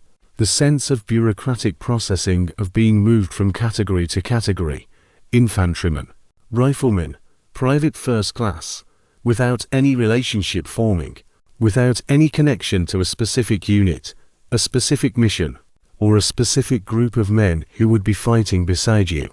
Then at some point, usually at night, a truck, a road, a tree-line, a whispered exchange of name and number with a sergeant who had 40 other priorities, a foxhole that had belonged to someone else. The statistical case against the individual replacement doctrine builds from a specific finding in United States Army medical and performance records from the Hürtgen sector. New replacements suffered disproportionately higher casualties in their first 48 to 72 hours in the line compared to soldiers with more than 2 weeks' experience. In the same positions, a differential that multiple regimental medical records from the Hürtgen period document, with rates running approximately 60 to 90% higher for newly arrived men in their first 3 days. The reason is not primarily physical or even tactical training quality. It is informationational. A soldier who has been in a specific forest position for 2 weeks knows things that no training can provide. That the trail junction 200 meters to the left receives mortar fire at predictable intervals. That the specific fire break ahead has an enveloping machine gun position that isn't visible until you're in it. That the sound of a particular bird in the pre-dawn hours is sometimes a German sentry, and sometimes actually a bird. This knowledge is granular, local, and unteachable except through time. The replacement soldier didn't have time. The system that sent him into the line without it wasn't cruel. It was indifferent to the distinction between a trained body and an informed one. Robert Patet's letter, the one dated December 1st, already mentioned in the context of the 22nd Infantry, does something in its specificity that the official record cannot replicate. He writes that the corporal in the next foxhole doesn't know his name, and he doesn't know the corporals and that they haven't introduced themselves. This detail isn't incidental. It is precisely the structural failure of the individual replacement doctrine, made visible at the smallest possible human scale. to men in adjacent foxholes in a contested forest going into whatever the following day holds. They haven't introduced themselves, not because they're unfriendly or indifferent, because the system that put them next to each other gave them no time for anything, except the foxhole. The letter was written on a 1st of December. Robert Patet died on the 3. He was killed before the paperwork that would have officially assigned him to his regiment had cleared. The source conflict around Sir Marshall's accounts of replacement soldier experiences in the Hürtgen is one that requires honest treatment rather than resolution by authority. Marshall's post-battle group interviews conducted with survivors of several Hürtgen engagements in the months following the campaign produced some of the most vivid and specific testimony about what replacement soldiers experienced, their disorientation on arrival, their difficulty integrating into combat-depleted units, the specific patterns of breakdown that distinguished newly arrived men from experienced ones. Marshall's methodology has been challenged seriously by later military historians, particularly regarding his famous claim about the ratio of soldiers who actually fired their weapons in combat, but also regarding his general interview technique and his practice of reconstructing composite accounts from group sessions rather than individual testimony. I use his accounts from this period as indicative of pattern rather than as precise transcript. The pattern they describe, replacement men dying faster, breaking down faster, failing to integrate into existing unit social structures, is consistent with what independent medical records, casualty statistics, and chaplains' reports from the same period independently establish. Marshall may have embellished details. The phenomenon he described was real. The cognitive and neurological framework for understanding why unit cohesion functions as a combat multiplier wasn't available in 1944 in the language we'd use today. What regimental surgeons were observing and filing in reports that connected replacement status with higher rates of what they called combat exhaustion, with higher early casualty rates with a specific breakdown pattern of men who couldn't function in situations that veterans navigated, was the practical consequence of what we now understand as the social anchoring function of military unit identity. A soldier under extreme stress requires a social framework that gives meaning to the immediate experience and provides human connections that make continued function possible. The unit provides this. A soldier who doesn't know his squad leader name, who hasn't eaten with his platoon, who doesn't share the accumulated tactical knowledge of men who've been in that specific piece of ground for weeks. He doesn't have the framework. The stress arrives at the same intensity. The protective structure isn't there. What regimental medical officers in the Hürtgen were describing as replacement vulnerability was, in contemporary terms, a predictable consequence of deploying psychologically unsupported individuals into one of the most demanding combat environments of the war. There is a detail in the German prisoner interrogation records from the Hürtgen sector, records compiled by American intelligence units from captured German soldiers throughout the campaign. That is one of the more disturbing fragments of the period. German troops had apparently developed a practical ability to identify newly arrived American replacements by observable behavioral patterns, moving in groups along established routes rather than using alternative cover, failing to respond to indirect fire with immediate prone positioning, hesitating at approaches that experienced soldiers had learned to treat with specific caution. Snipers and machine gun teams in the German defensive positions were reportedly briefing their personnel to prioritize fire on men exhibiting these patterns. The defenders of the Hürtgen had, over weeks of contact, developed a doctrine for identifying and targeting men who didn't yet know where to hide. The replacement system hadn't just created a tactical vulnerability, it had created an observable, exploitable signature that the men on the other side of the triane had learned to read. The United States Army's formal post-war analysis of the individual replacement doctrine, the 1949 report, Manpower Management in Combat, concluded that combat effectiveness of replacement troops was approximately 40% lower relative to cohesion-trained unit members in their first weeks of action. 40% lower effectiveness, access to tens of thousands of replacements, who flowed through the Hürtgen sector during the campaign's duration, represents an enormous aggregate degradation of American combat power. The Army knew this. The report says it. The reform that followed was partial and slow. The Army didn't formally move toward unit rotation policies in sustained campaigns until the Korean War, and the lessons had to be substantially relearned in Vietnam before anything resembling systematic change took root. The gap between the 1944 lesson and the policy change it eventually produced was measured in decades, and in casualties that the 1949 report's authors, writing in the knowledge of what the Hurtgen had cost, understood they were counting. Chapter 10. The Dam That Was Never the Point. There is a United States First Army Operations Memorandum I want to establish clearly at the start of this chapter, because its date is the most important thing about it. The document is subjected as a threat assessment of the Royal River hydraulic structures, the dams that controlled water flow through the valley. That was the Hürtgen campaign's stated objective. The memorandum is from approximately late October 1944. The Hürtgen battle had begun on the 19th of September.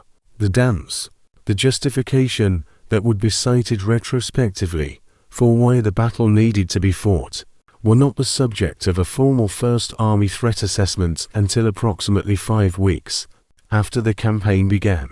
Whatever the Hürtgen was when it started, the dams became the reason it continued. That sequence matters.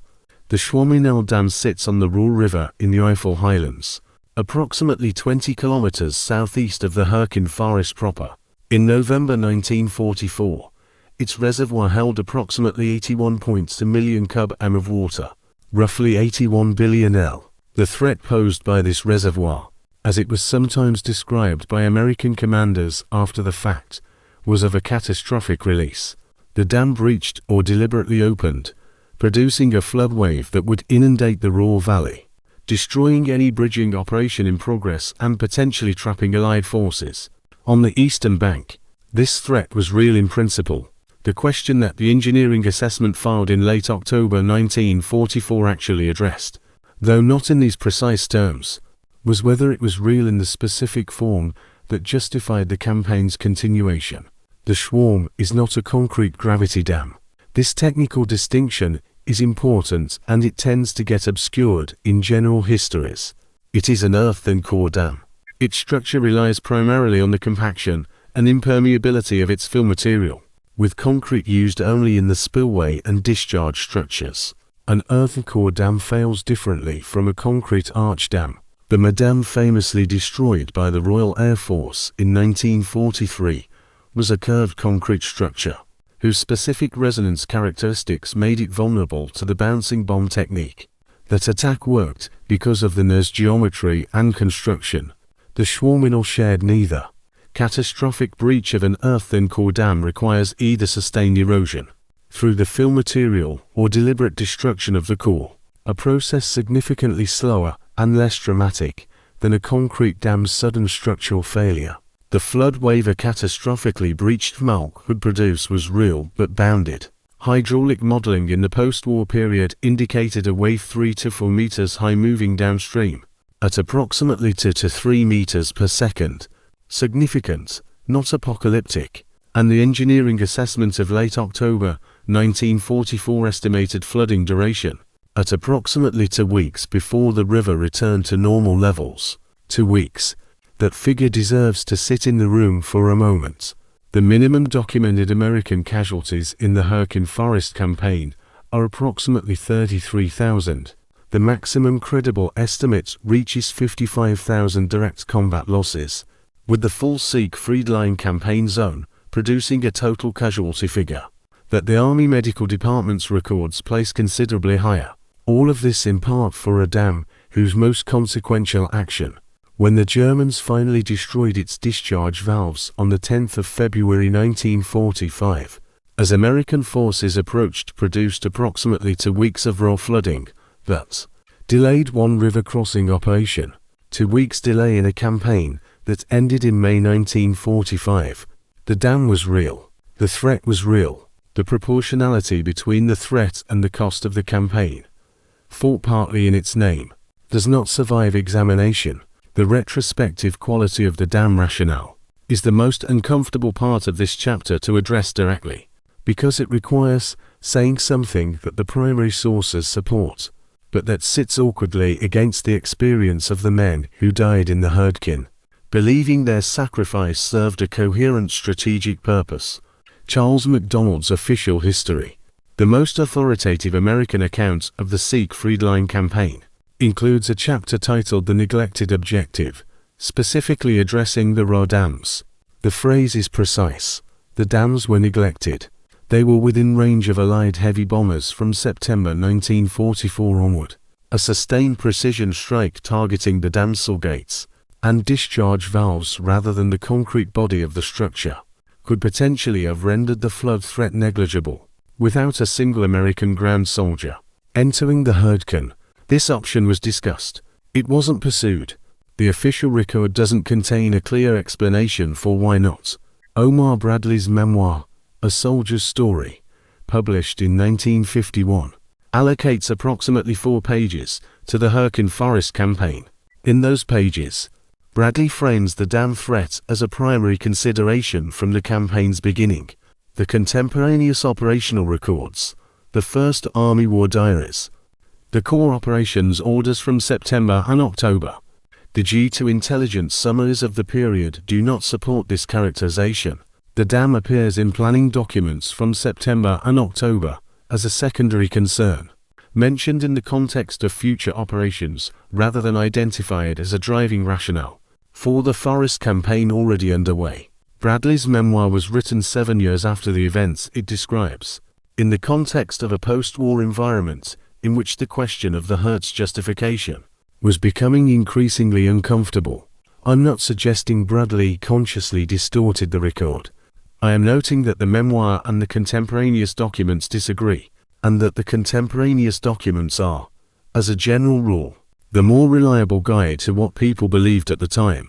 The Earth Dam, the second significant hydraulic structure in the area, controlling water flow into the Schwammenau Reservoir, adds a further layer of irony to the dam rationale's history. The Earth was never formally included in American targeting priorities until December 1944. It was captured largely intact in January and February 1945 with minimal resistance. Post-capture engineering inspection found no preparation for demolition. At any point during the campaign, the dam that was theoretically half the hydraulic threat that justified the Hürtgen, the upstream structure whose control of reservoir levels made the threat contingent, had never been prepared for use as a weapon. The Germans hadn't wired it. They hadn't planned to blow it. The threat it represented was apparently assumed rather than verified. The Hürtgen strategic logic rested on a hydraulic chain that the defending side had apparently never intended to complete.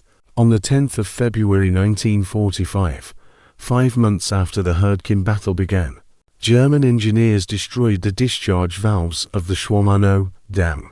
As American forces of the 78th Infantry Division finally closed on it, the destruction was deliberate, controlled, and specifically designed to cause slow release rather than catastrophic breach. The Germans weren't trying to destroy the Allied army on the Ruhr's eastern bank. They were trying to buy time, creating a flood obstacle that would delay river crossing operations without sacrificing infrastructure they expected to reclaim after the war ended. The Ruhr flooded. Operation Grenade, the 9th Army's planned Ruhr crossing, was delayed for approximately 2 weeks. Then the river subsided. Then the crossing proceeded. Germany surrendered in May. The dam, whose capture partly justified months of American casualties, produced, as its final military action, a temporary rise in the Ruhr River that inconvenienced a crossing operation for 14 days. Chapter 11. Model's Forest. Walter Model didn't try to win the Hürtgen Forest. This is the thing that American-centric accounts of the campaign consistently struggle to accommodate, because our natural narrative impulse is to frame a battle as two sides trying to accomplish opposing objectives. Model had one objective in the Hürtgen, and it was not to defeat the American army, or to hold the forest indefinitely, or to achieve any particular territorial result. His objective was time.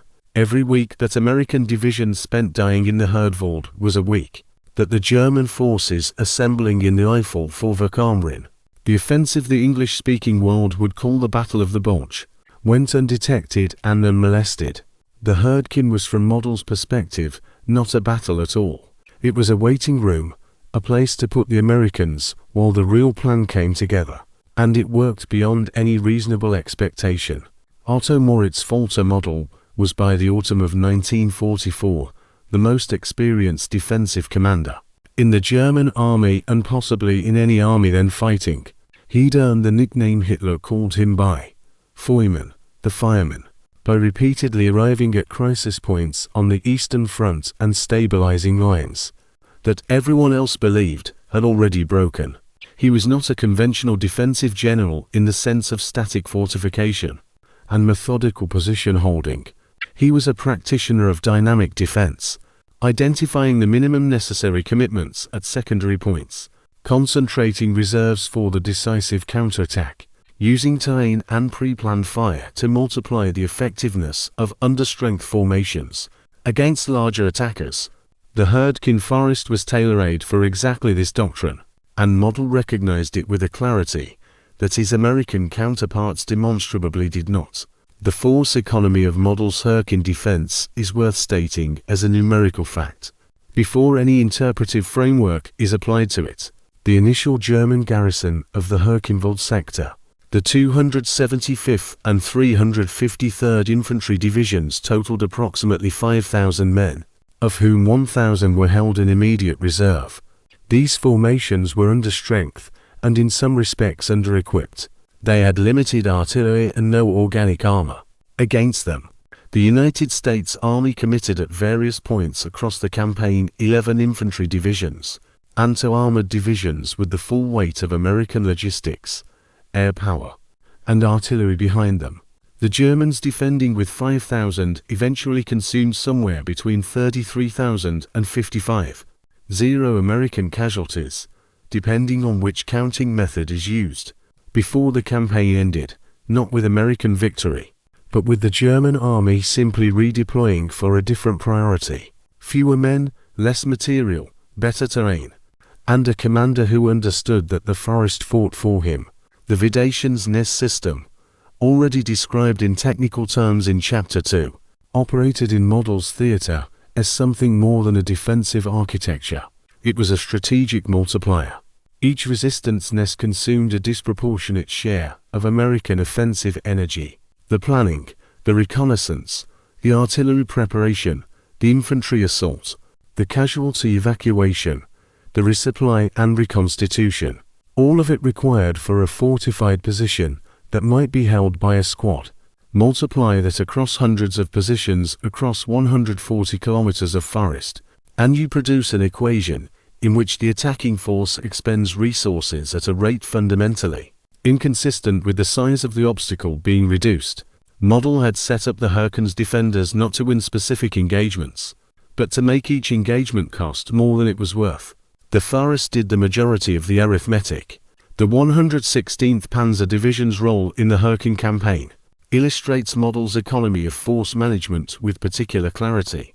The division executed the decisive counterattack on Schmidt on the 4th of November, the action that recovered the most significant terrain the Americans had taken in the entire campaign in approximately 90 minutes. It then remained in the Hürtgen sector for several additional weeks of attritional fighting, before being transferred to the Ardennes assembly area in early December 1944. German personnel records for the 116th show the division absorbing approximately 1,200 replacements between the 1st and the 15th of December. On the 16th of December, it attacked through the Ardennes with those reinforcements as part of Verkamrin. The Hürtgen had costed men. 2 weeks of German preparation had partially reconstituted it. The American army had been fighting for months. The 116th had been refitting for 2 weeks. That asymmetry is not incidental to the Bulger's initial success. Model's personal command style in the Hürtgen period is documented in the accounts of his subordinate commanders. with enough consistency to draw conclusions. He visited frontline regimental and battalion headquarters regularly and often, a practice unusual for a commander at his level, typically managing an army group from a rear headquarters with staff intermediaries. His subordinates' accounts describe him arriving at a forward command post, spending 40 minutes asking specific questions about terrain, ammunition status, and casualty rates, and departing under fire without visible concern. Whatever else can be said about Model and his service to a murderous regime, leaves nothing uncomplicated. He was doing through personal presence what American Corps and Army commanders in the Hurtgen consistently failed to do from their headquarters, developing a ground truth understanding of what the forest actually presented to the fighting formations inside it. The information gap between what senior American commanders believed was happening in the Hurtgen and what was actually happening is visible in every planning document that repeated the same failed approach across successive divisions. Model didn't have that gap. He walked into the forest and looked. Here is the thing about Model that is hardest to state without it sounding like admiration for the wrong things. He was defending a Nazi state. He was prolonging a war that cost millions of lives. He used the Hurtgen campaign to screen the assembly of an offensive that would kill tens of thousands more Americans in the Ardennes. None of these things are mitigated by the quality of his operational thinking, but the Hurtgen cannot be honestly understood without understanding that the German defense was not simply tenacious courage in fixed positions. It was a coherent, adaptive, intelligence-informed operational concept being executed by one of the most capable defensive commanders of the 20th century, against an opponent who was at the senior level not matching him in analytical rigor. The disproportion in the exchange ratio, roughly 6 American casualties for every German one at the campaign's peak, wasn't an accident of terrain. It was a product of the asymmetry in how well each side understood what the forest was and what it required. Model died on the 21st of April, 1945 in a forest near Dieburg. He had been encircled with Army Group B in the Ruhr pockets since early April, and he had refused to surrender both from personal conviction and from what his final operational directive suggests was a belief that a general felt Marshal of Germany could not become a prisoner of war.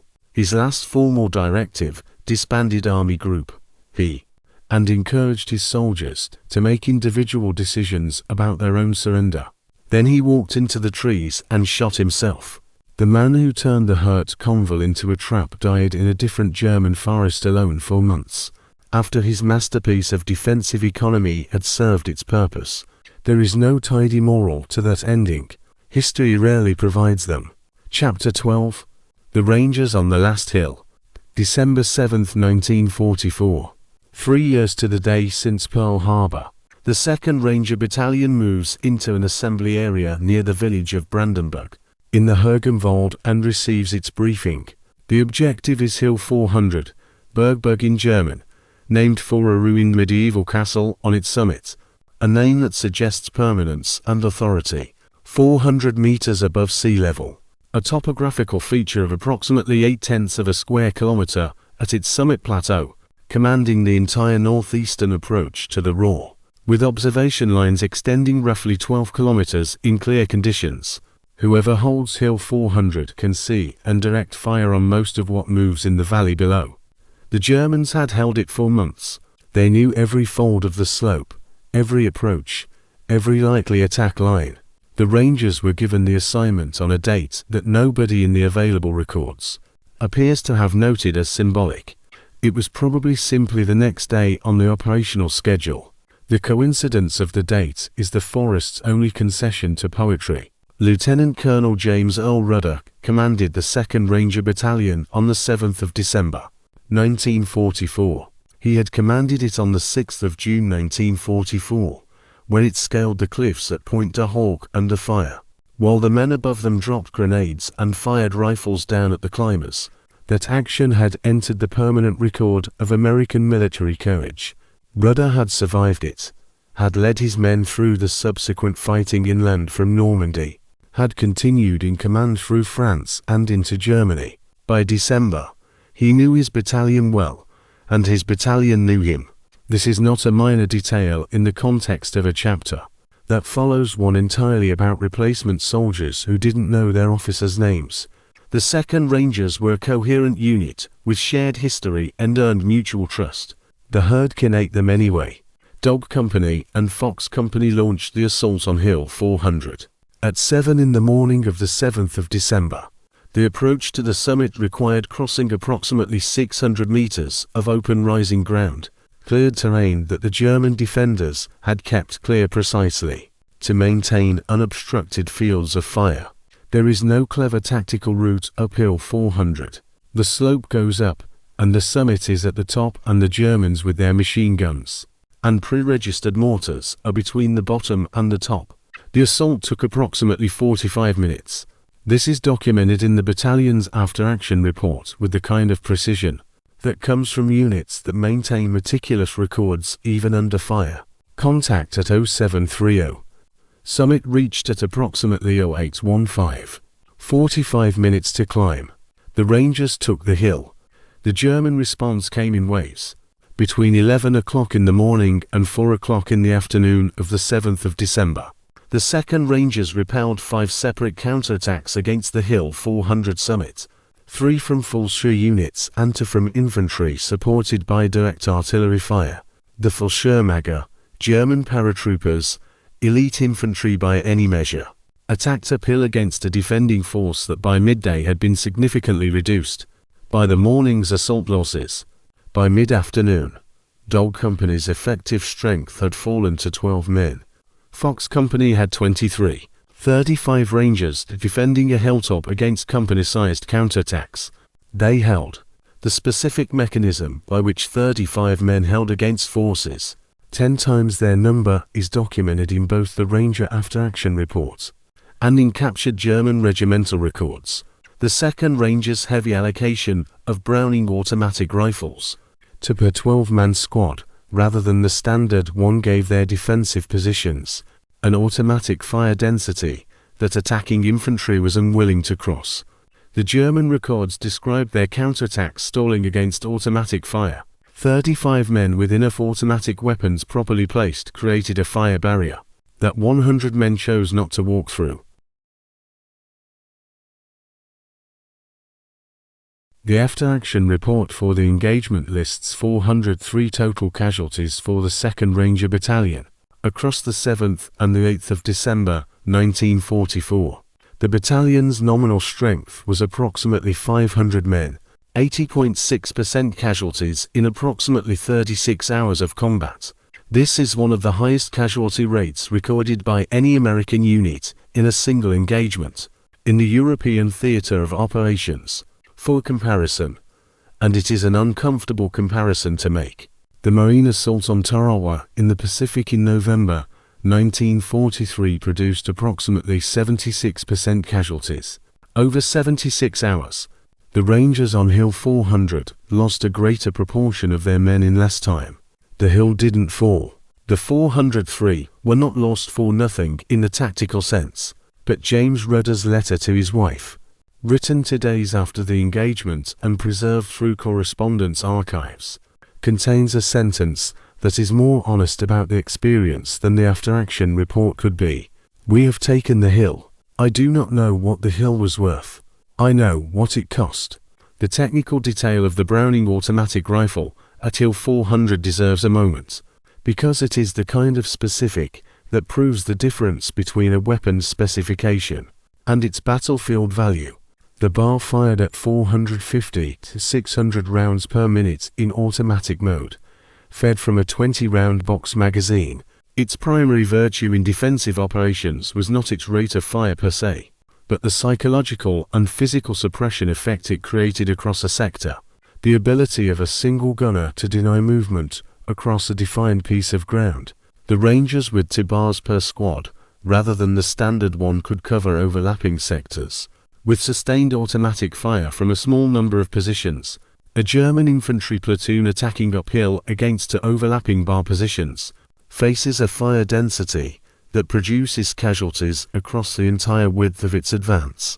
The tactical arithmetic of that suppression at Hill 400 In the specific ground conditions of the 7th of December is why 35 men held a hilltop, not because the Germans stopped trying, because the automatic fire made trying too costly too many times in succession. Rudder survived the war. He returned to Texas. He became president of Texas A&M University in 1959 and served there for 12 years. A genuinely distinguished academic leader. He spoke publicly about his wartime service on many occasions. By all accounts, he discussed Pointe du Hoc willingly with the kind of clear-eyed pride that the action deserved. Hill 400 was a different matter. His biographers note that he rarely discussed it in detail in public.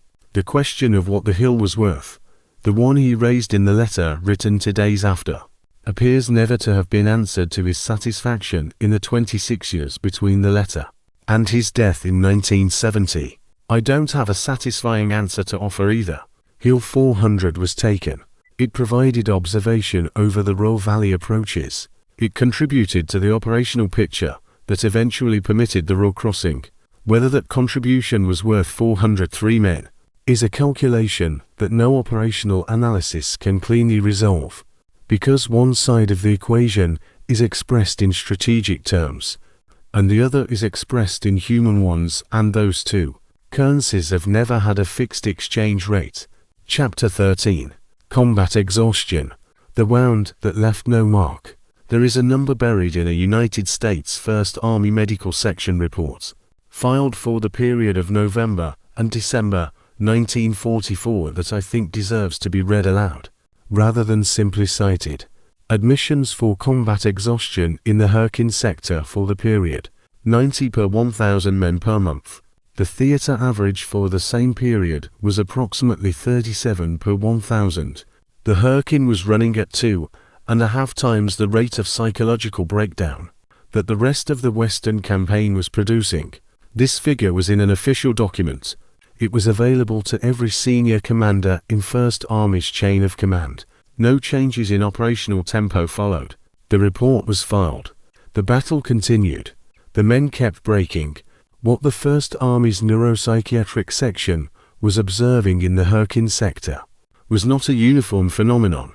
The presentations varied, and the variations tell you something specific about what the forest did to a human nervous system over time. Foxhole paralysis was the term medics used for men who had become physically unable to leave a prepared position under any circumstances, including when ordered to advance, including when the position was no longer tactically defensible. The body had made a decision that the mind couldn't override. This hole in the ground is the only safe place, and leaving it is not something that is going to happen.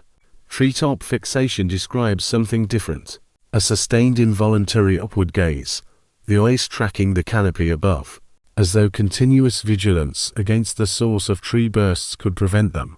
Men who had spent weeks under artillery fire in the Hürtgen's conifer stands had rewired their threat detection response to the overhead, to the sound of a shell entering the canopy, to the crack of a branch, to anything that moved above them.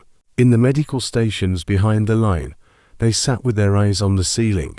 The 1st Army Neuropsychiatric Quarterly Report for December 1944 documents these presentations with clinical precision. Reading it now, the precision is the hardest part. The careful language are experiences that were for the men inside them completely ungovernable. The physiological mechanism underlying what the Army called combat exhaustion wasn't understood in 1944 in the terms we'd use today, but the pattern was observable to any physician willing to look carefully. The human stress response, the cascade of cortisol and adrenaline that prepares the body for immediate threat, is designed for acute events. A threat arrives, the body responds, the threat passes, the body returns to baseline. In the Hürtgen Forest, the threat never passed. Weeks of artillery fire on pre-registered positions meant that shells arrived not in response to specific enemy observation, but unscheduled at predictable intervals that the men learned, which paradoxically made the waiting worse rather than better, because the body's stress response was triggered not by the shell's arrival, but by the anticipated moment of its arrival. Men who had been in the forest for 2 weeks, 3 weeks, 4 weeks were not experiencing acute stress. They were experiencing a sustained neurological state in which the baseline had shifted, the body maintaining a level of arousal that was over time incompatible with normal cognitive function. Decision-making deteriorated. Emotional regulation collapsed. The capacity to distinguish between threats that required response and stimuli that didn't, a capacity essential to functioning in combat, eroded progressively. None of this was cowardice. All of it was biology. The Army's official position on combat exhaustion during the war was that it was a temporary condition treatable and returnable to duty, and by the metrics of the proximity, immediacy, expectancy treatment method, the PI protocol. This was broadly true for a significant proportion of affected men. The method, developed partly from lessons learned in the First World War, placed psychiatric treatment as close to the front as possible, treated casualties immediately rather than evacuating them rearward, and maintained the expectation stated explicitly to the patients that return to duty was the normal outcome. The therapeutic logic was that distance from the unit reinforced the casualty's sense of having left the situation permanently, making return psychologically harder. Proximity and immediacy preserved the identity of the soldier as a member of his unit, rather than as a patient. It worked often enough that the Army's medical historians recorded it as the period's most effective psychiatric intervention. Men were treated at forward aid stations, rested for 24 to 48 hours, and returned to their units. What the official medical history is less candid about is the pattern that follows that return. Multiple regimental medical records from the Hurt sector document what the surgeons were observing, but the institutional narrative struggled to accommodate. Soldiers treated for combat exhaustion and returned to the line showed elevated rates of rebreakdown within 10 to 14 days of their return. Not all of them, not even most of them, but a consistent documented subset. And those men broke again faster the second time. The threshold for breakdown apparently lowered by the first episode. Some went through the cycle 3 times. The Army's records classified each episode as a separate case of combat exhaustion, which was medically accurate, but statistically misleading. What appeared as 3 independent cases was clinically 1 progressive deterioration, being counted 3 times. The P method was effective for the first episode. For the third, it was approaching the boundary of what a treatment protocol could accomplish. There is a source conflict embedded in the Hurtgen psychiatric casualty record that reveals something important about how the Army's command and medical cultures were seeing different things simultaneously. Multiple regimental commanders' reports from the campaign period describe soldiers presenting with psychiatric symptoms as suspected malinger, men deliberately incapacitating themselves to escape the line. This characterization appears in official documents filed by professional officers, who had in most cases significant combat experience. The medical staff's records from the same period consistently document clinical indicators inconsistent with voluntary production, specific pupillary responses, tremor frequencies, startle reaction patterns that are not reproducible on demand. The division is not simply a disagreement about individual soldiers. It reflects a fundamental tension between 2 institutional frameworks for understanding human behavior under stress. The command framework. Soldiers are moral agents responsible for their actions, and failure to function is a choice. The medical framework. Certain experiences produce predictable, involuntary neurological responses, and calling those responses cowardice neither explains them nor resolves them. Both frameworks were operating simultaneously in the Hurtgen's chain of command in the same units, sometimes about the same men.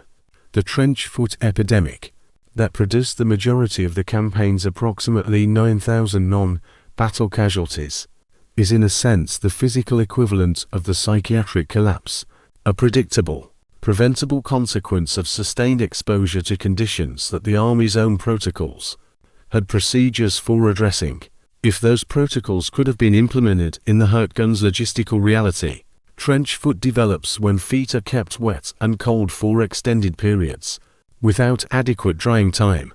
Precisely the conditions of the Hürtgen Forest floor in autumn and winter where standing water in foxholes was routine and rotation out of the line for rest and foot care was theoretical rather than actual. The army had prophylaxis protocols, dry sock changes every 24 hours, foot inspection binkos, rotation of wet footwear.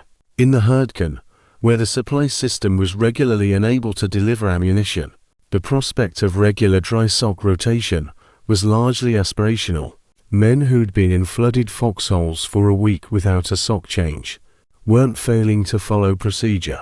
The procedure's requirements simply weren't met by the environment they were in. Me sitting with the 1st Army neuropsychiatric report, cross-referencing it against the regimental medical logs. The thing I keep arriving at isn't the number 90 per 1,000, though that number is extraordinary. It's the gap between what the medical section knew and what the operational section did. With that knowledge, the report was filed. The data was clear.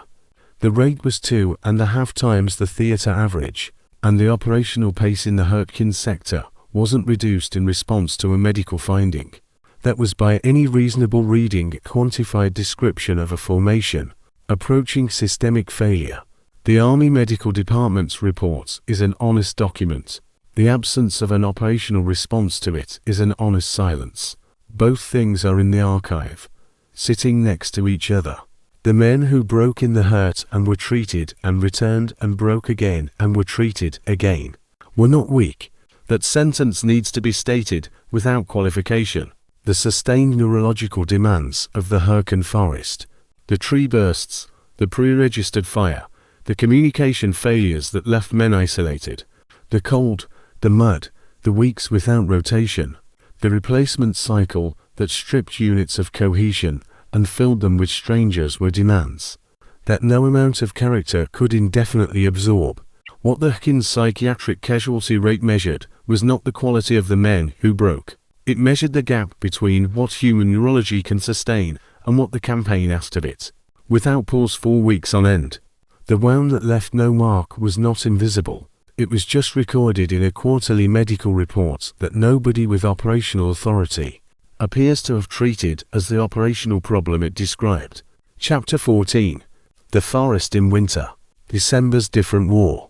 The 4th Infantry Division's Ordnance Maintenance Log for the 1st of December, 1944, is not a dramatic document. It is a grid of vehicle type, fault category, estimated repair time, and maintenance status. 7 Sherman tanks inoperable. Engine oil viscosity failures due to sustained sub-zero temperatures. 11 track shedding incidents on iced fire brakes. Total vehicles currently in the maintenance queue. Estimated repair time 96 hours or more. The same week that log was filed, Corps Headquarters issued an operations order requiring the 4th Division to maintain its advanced pace. The tanks needed 4 days. The order gave them none. The document is a maintenance log.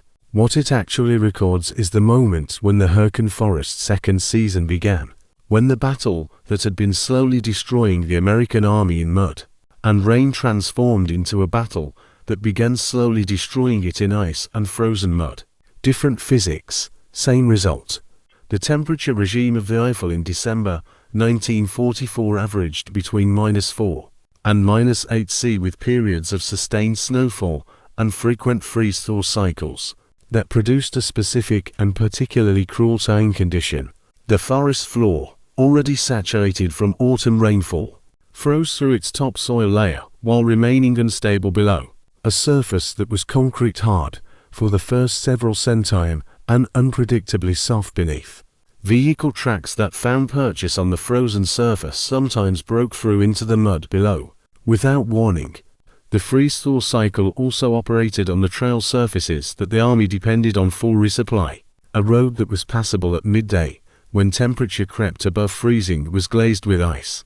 By 2 in the afternoon, when the sun dropped below the ridge lines, men and vehicles adjusted constantly to a surface that was never the same twice in the same day. The Sherman tank's mechanical vulnerabilities in sustained cold weather are documented in detail in the ordnance maintenance records of multiple divisions engaged in the Hürtgen, and they calls on a specific technical failure that was preventable but preventably difficult in the campaign's logistical reality. The Ford Gov E8 engine powering the Sherman required 30 West weightight motor oil for standard operations at sustained temperatures below approximately -10 C. 30 weightight oil thickens sufficiently to prevent proper lubrication at engine startup, producing bearing failures and seizures in the first minutes of operation. The correct cold weather lubricant was 10 weight oil, which remained viscous at lower temperatures and was available in the Army's supply depot. Ordnance records from the Hurtgen sector show that cold weather oil requisitions were filed by most armored units in November 1944. The majority of those requisitions were unfilled by December, not because the oil didn't exist, but because the same convoy system that had failed to keep the Kall Trail supplied and the replacement pipeline running smoothly was operating at approximately 60% of required capacity, prioritizing ammunition over lubricants. Tanks that could have been kept operational with a supply truck full of 10 weight oil were instead sitting in maintenance queues for 96 hours while their crews waited in the cold. The oil existed, the truck wasn't available. The creek crossings changed character entirely in December, and this detail matters, because creek crossings had already been among the campaign's primary killing grounds since September. In autumn, the Hurtgen's numerous small watercourses were passable obstacles, shallow enough to wade, occasionally bridged by fallen timber, always covered by pre-registered German fire, but at least physically navigable. In December, those same crossings presented a different problem. The ice that formed on them in overnight temperatures was in most cases 3 to 5 centimeters thick, strong enough to hold the weight of a man if you moved carefully, not strong enough to hold a man if the ice fractured without warning, not remotely strong enough for any wheeled or tracked vehicle. From 10 feet away in low winter light, 4 centimeters ice and 8 centimeters ice look identical. Testing ice thickness in a creek that is covered by German observation meant exposing yourself at the crossing point, the point the German fire tables had been covering since before the battle began. Multiple after-action reports from December described small unit movement stalling at stream crossings while men tried to determine whether the ice would hold them without physically stepping onto it under fire. It was a problem with no good solution. Men went across and sometimes fell through and sometimes didn't. The village of Hurtgen, the settlement whose name the entire campaign carried, was captured by the 8th Infantry Division on the 28th of November, 1944, after fighting that had begun when the 8th Division entered the line in mid-November. The village contained approximately 300 structures when the battle for it began. The 8th Division's post-capture survey counted 47 structures sufficiently intact to provide weather cover. The remainder were rubble. The most hard-fought village, in one of America's costliest campaigns, was when it fell a collection of roofless walls and churned timber. Its pre-war population had been evacuated in early October. There were no civilians to liberate. There was no infrastructure to secure. There was ground, contested ground, that was now American ground. The 28th Infantry Division's earlier experience had proved the cost of taking ground. The Hurtgen village's capture proved the cost of the ground itself being worth nothing, except its capture. I want to be precise about what the operational vehicle availability rate meant in practical terms for the divisions fighting in December, because the maintenance log number 47% operational availability for Shermans in forward divisions by late December doesn't fully communicate its tactical consequence until you translate it into formations. A standard American infantry division in 1944 was authorized approximately 54 medium tanks in its organic or attached armored units. At 47% operational availability, that division had approximately 25 tanks capable of moving and fighting on any given day. The remaining 29 were in maintenance queues, waiting for parts, oil, or track repair. 25 tanks can support infantry operations in restricted terrain. They can't substitute for the combined arms weight that 54 tanks provide. Every attack in December's Hurtgen was a mechanically degraded version of what the planning documents assumed would be available. The planners were writing orders for the full 54. The units were fighting with 25. Nobody formally reconciled that gap in the operational documents I've been working through. On the 16th of December 1944, the Hürtgen Forest campaign ended, not with a breakthrough, not with a German surrender or an American victory announcement. It ended because the German army left.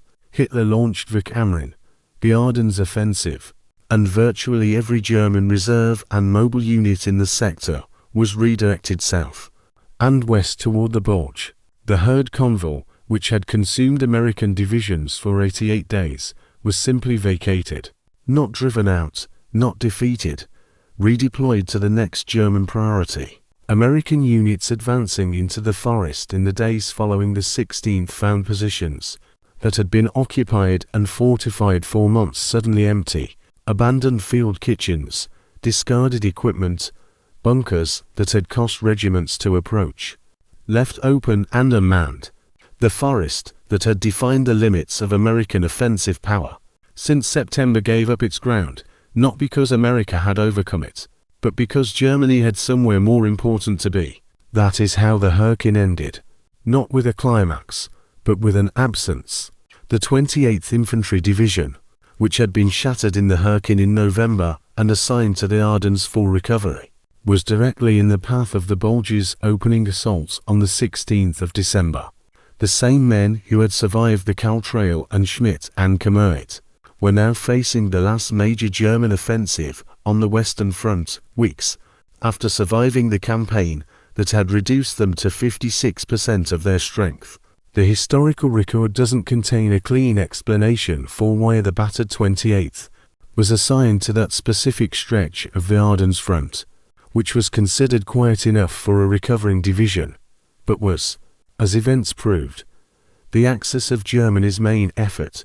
The decision may have been purely logistical, available units assigned to available sectors. It may have been something less defensible. The documents don't settle the question, and I think the honest thing is to leave it open, rather than close it with an explanation.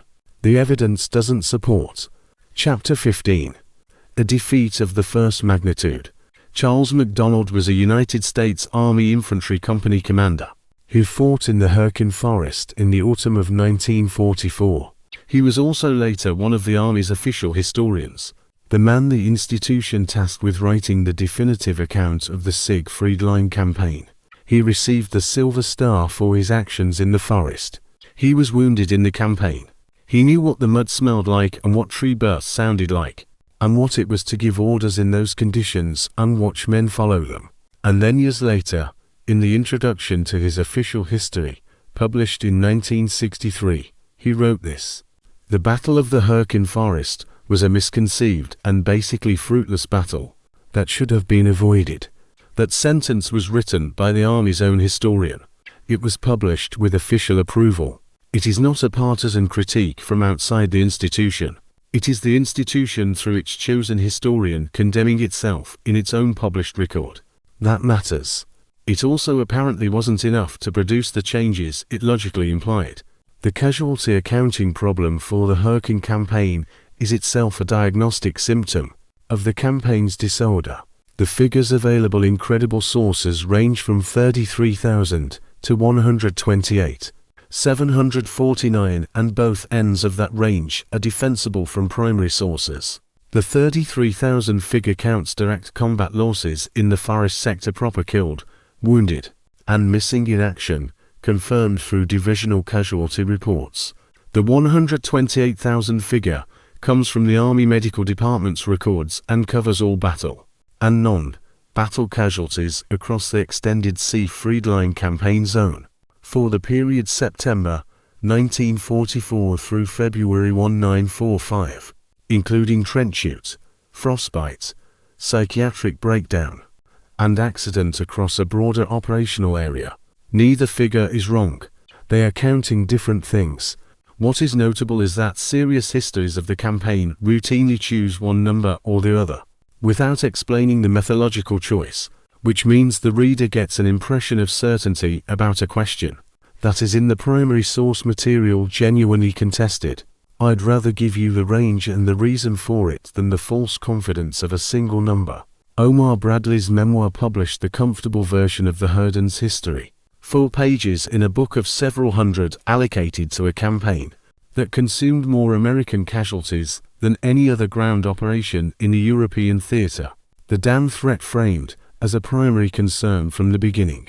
The casualties acknowledged without analysis, of course. The question of whether the battle should have been terminated after the first divisional failure, simply not asked. Bradley was writing in 1951, 7 years after the campaign, in a post-war environment where the straightforward narrative of Allied victory needed to accommodate the Hurtgen's messy, ambiguous reality. His memoir's treatment of the forest is not dishonest in any simple sense. It is selective in ways that, compared to the contemporaneous operational records, are visible and significant. The contemporaneous documents don't show the dam as a primary driver in September.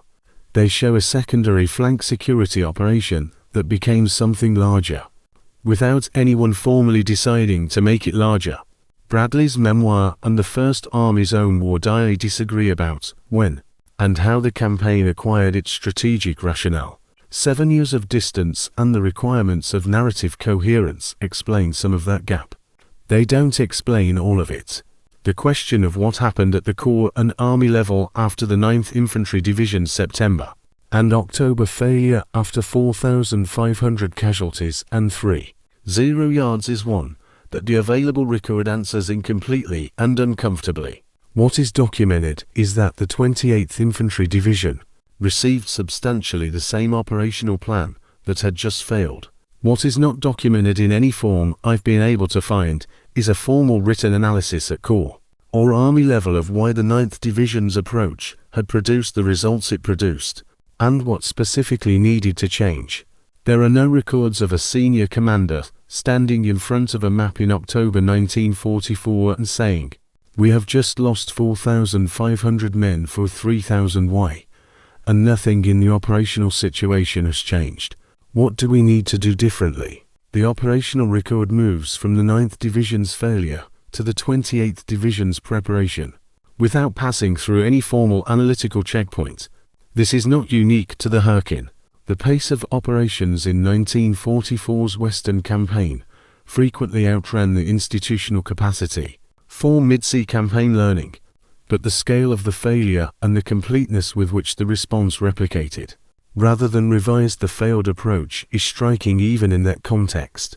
General James Gavin commanded the 82nd Airborne Division in the Hurtgen's final phase, entering the forest in February 1945 after the bulge had been contained.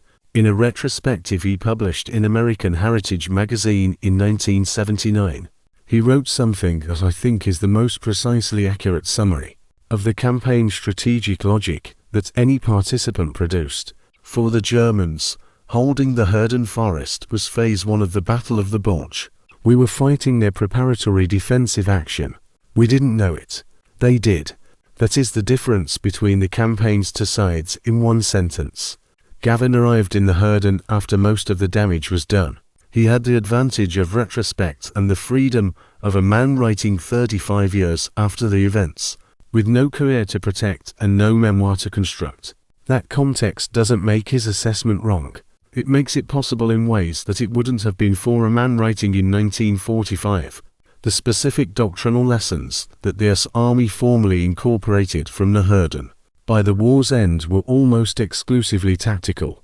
Improved overhead cover construction techniques, modified call for fire procedures in forested terrain, adjusted tank infantry coordination protocols for restricted ground. These are real lessons and their incorporation was real improvement. What the doctrinal record does not show in any traceable named form is the incorporation of the operational and strategic lessons, the conditions under which a failing offensive should be terminated, the mechanisms by which a commander can formally challenge an operational plan on doctrinal grounds, the institutional frameworks for recognizing and responding to the pattern of continuing commitment, past the point of evident strategic failure. MacDonald's official history stated these lessons in plain language in 1963. They appear in Gavin's retrospective in 1979. They appear in subsequent academic analyses. They do not appear as named lessons drawn from specific Hürtgen experience. In the doctrinal manual corpus, the Army absorbed what happened at the small unit level. It filed what happened at the command level, the formal accounting of the Hürtgen's failure. MacDonald's sentence, Gavin's retrospective, the internal critiques that senior officers produced in private, while maintaining more measured public positions, never fully translated into the institutional reform that the scale of the failure warranted. Part of this was the war's pace. There was always another battle, another operational priority, always Germany to finish defeating before the institutional learning cycle could complete. Part of it was the structure of American military culture in the period, an institution that rewarded the execution of difficult assignments, tended to treat the questioning of assignments as itself a kind of failure, and the Hürtgen's fundamental lesson that the right response to a failing approach is to stop and change it rather than to continue and absorb the cost was precisely the lesson that culture was least equipped to receive. The men who made the decisions that produced the Hürtgen casualties survived the war, wrote memoirs, and occupied positions of honor. The men who absorbed the consequences of those decisions are the ones whose morning reports showed 579 against 3,257. The asymmetry between those two groups of men in the historical record is in itself something worth sitting with. Chapter 16. The Ground That Remembers.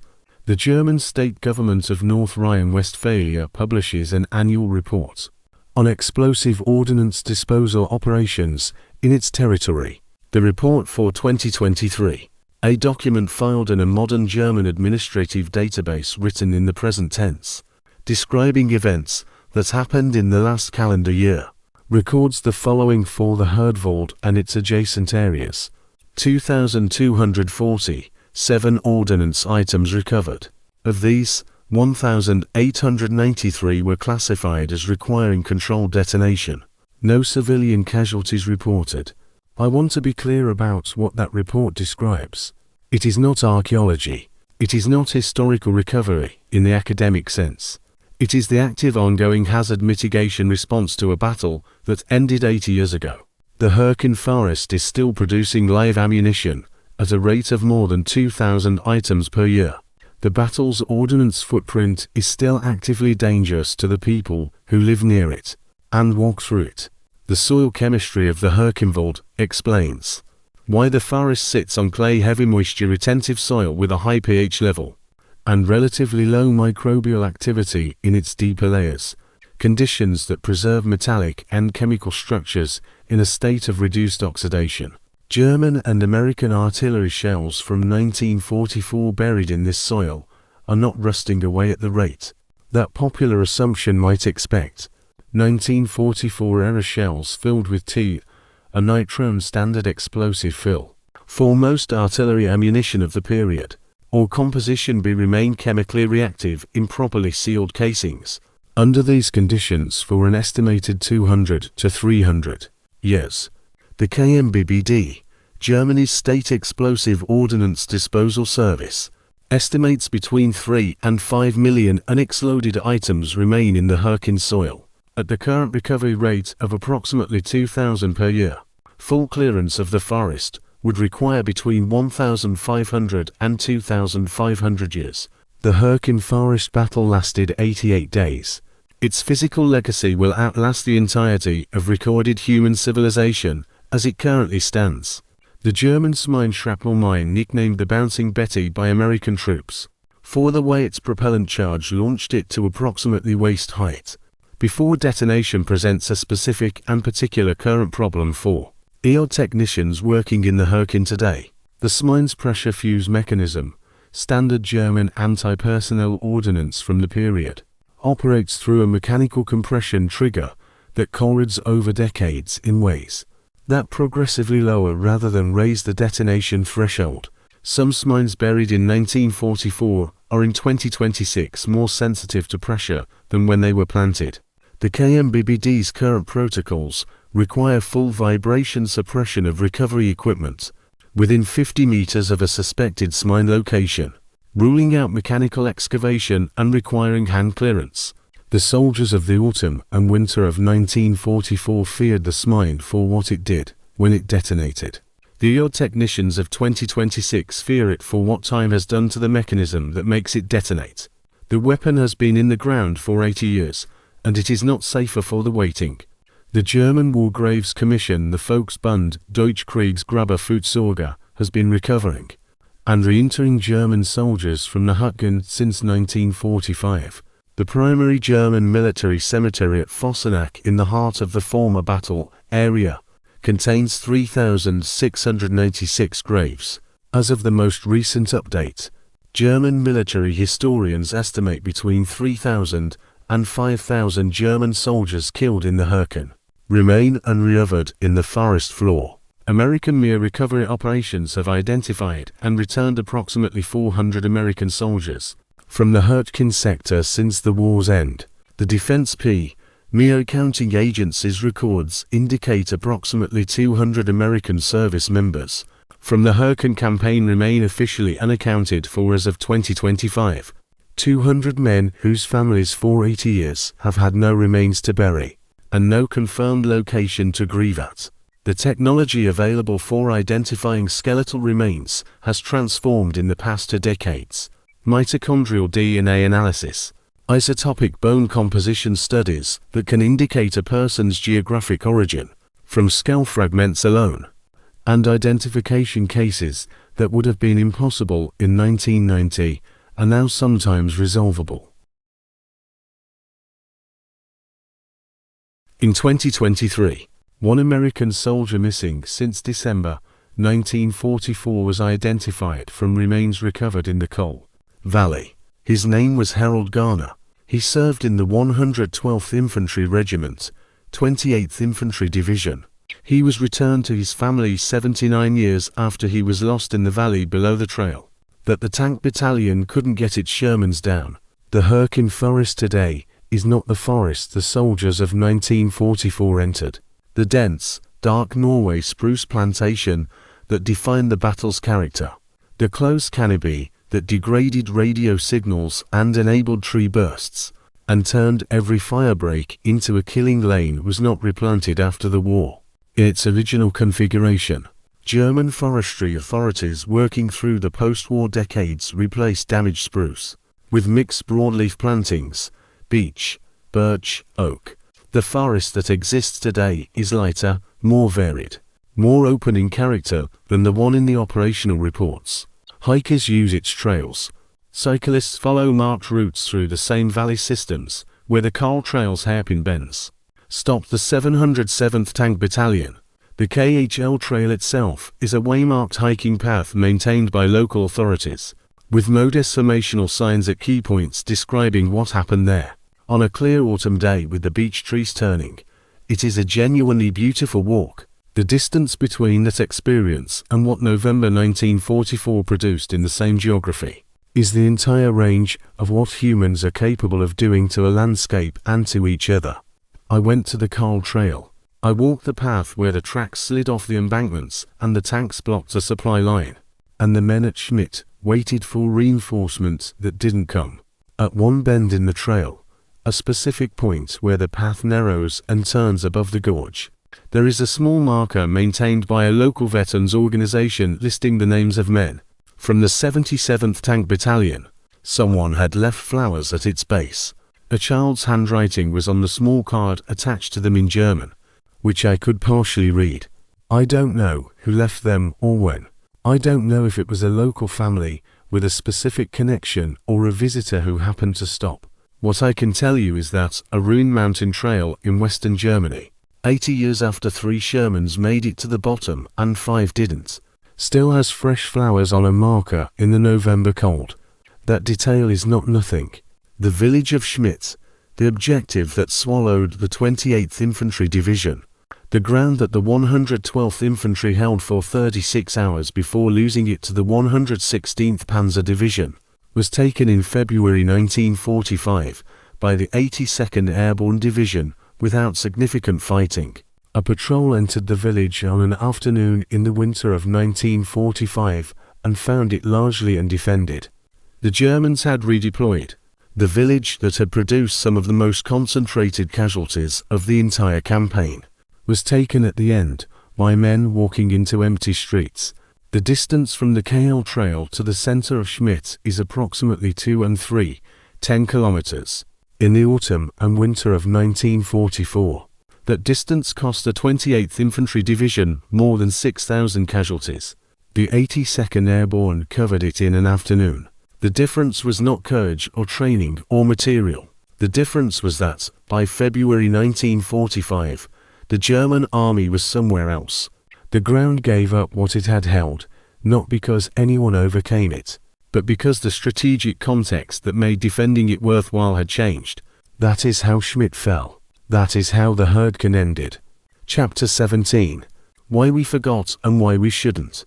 There is a letter Major General Norman Cotter wrote to the families of men killed in the 28th Division's Hürtgen engagement, almost certainly in December 1944. The letter is formulaic in structure.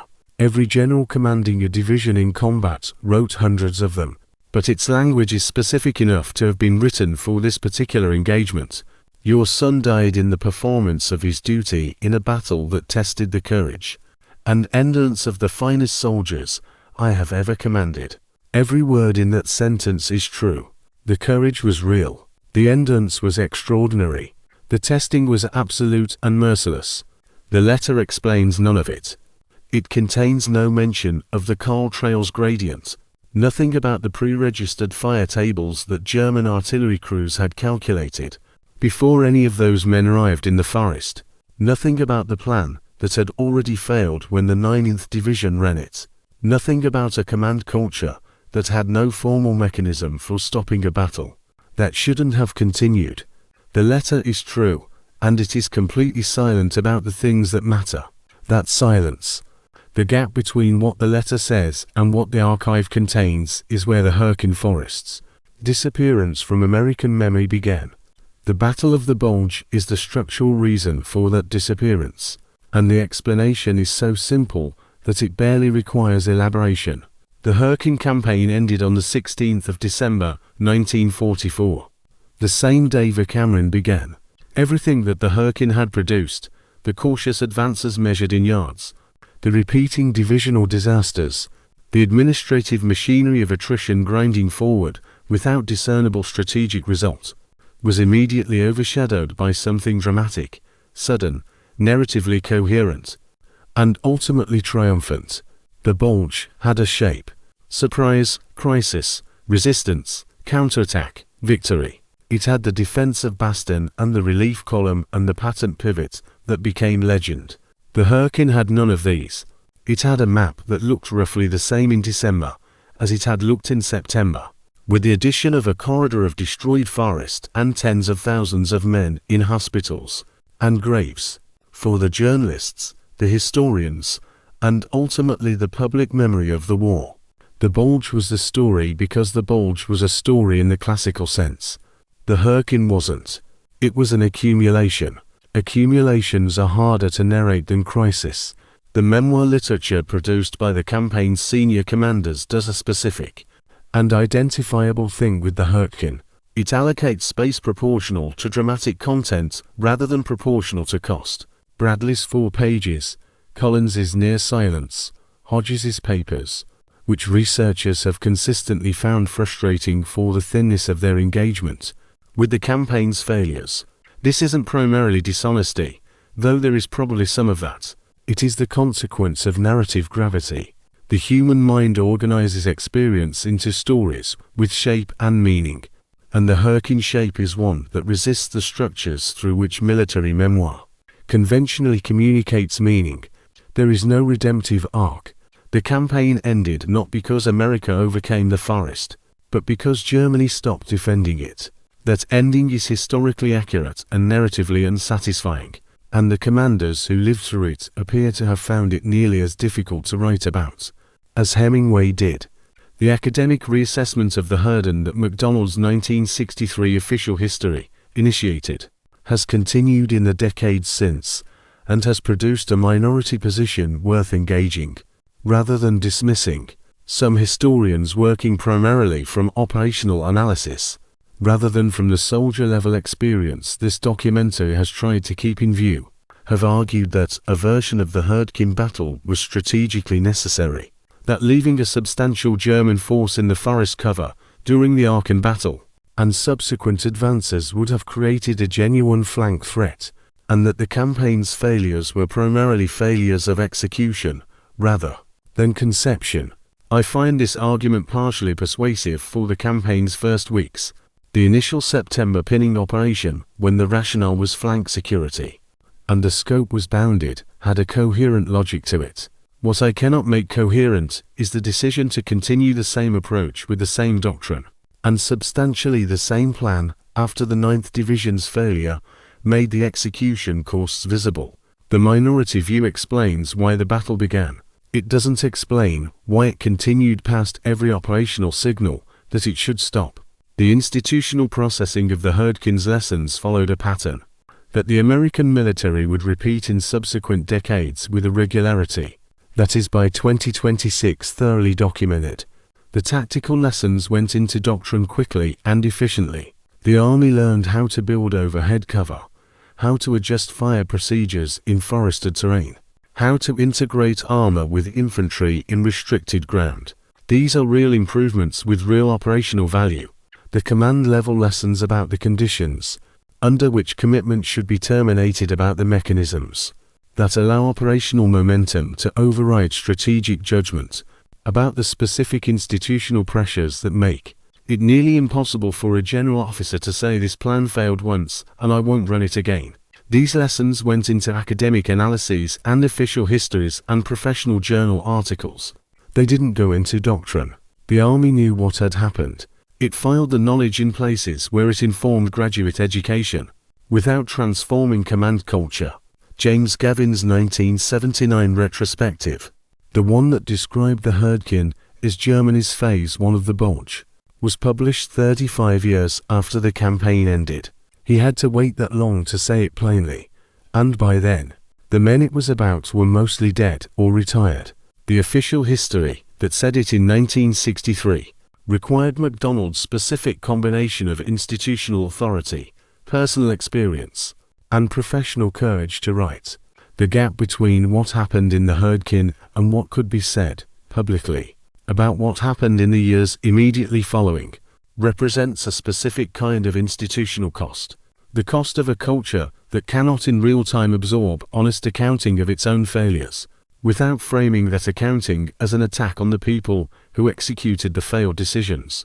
The men who fought in the Hürtgen didn't need to be protected from an honest account of why they were there. Most of them understood perfectly well that something had gone wrong. It was the institution that needed protection, and the institution provided it to itself, at the expense of the record. What the Hürtgen asks of us now at 80 years distance is not reverence and not condemnation. Reverence for the fallen is appropriate and real and requires nothing except a willingness to acknowledge the scale of what they endured. Condemnation of the commanders is emotionally satisfying and analytically limited. The individual failures of preparation and the individual failures of institutional courage are real, but they happened inside a system that made those failures predictable rather than exceptional. What the Hürtgen actually asks is accountability in the most precise sense, a careful, honest tracing of the decisions that produce the outcomes without the smoothing that narrative convention applies to difficult history, and without the protective silence that institutions extend to their own failures. The Tain assessment was filed and ignored. The 1st Divisional failure was documented and not acted upon. The medical evidence of systemic breakdown was quantified and set aside. The down rationale was retroactive, and the official memoir obscured that retroactivity. These things are in the archive. They have been in the archive for 80 years.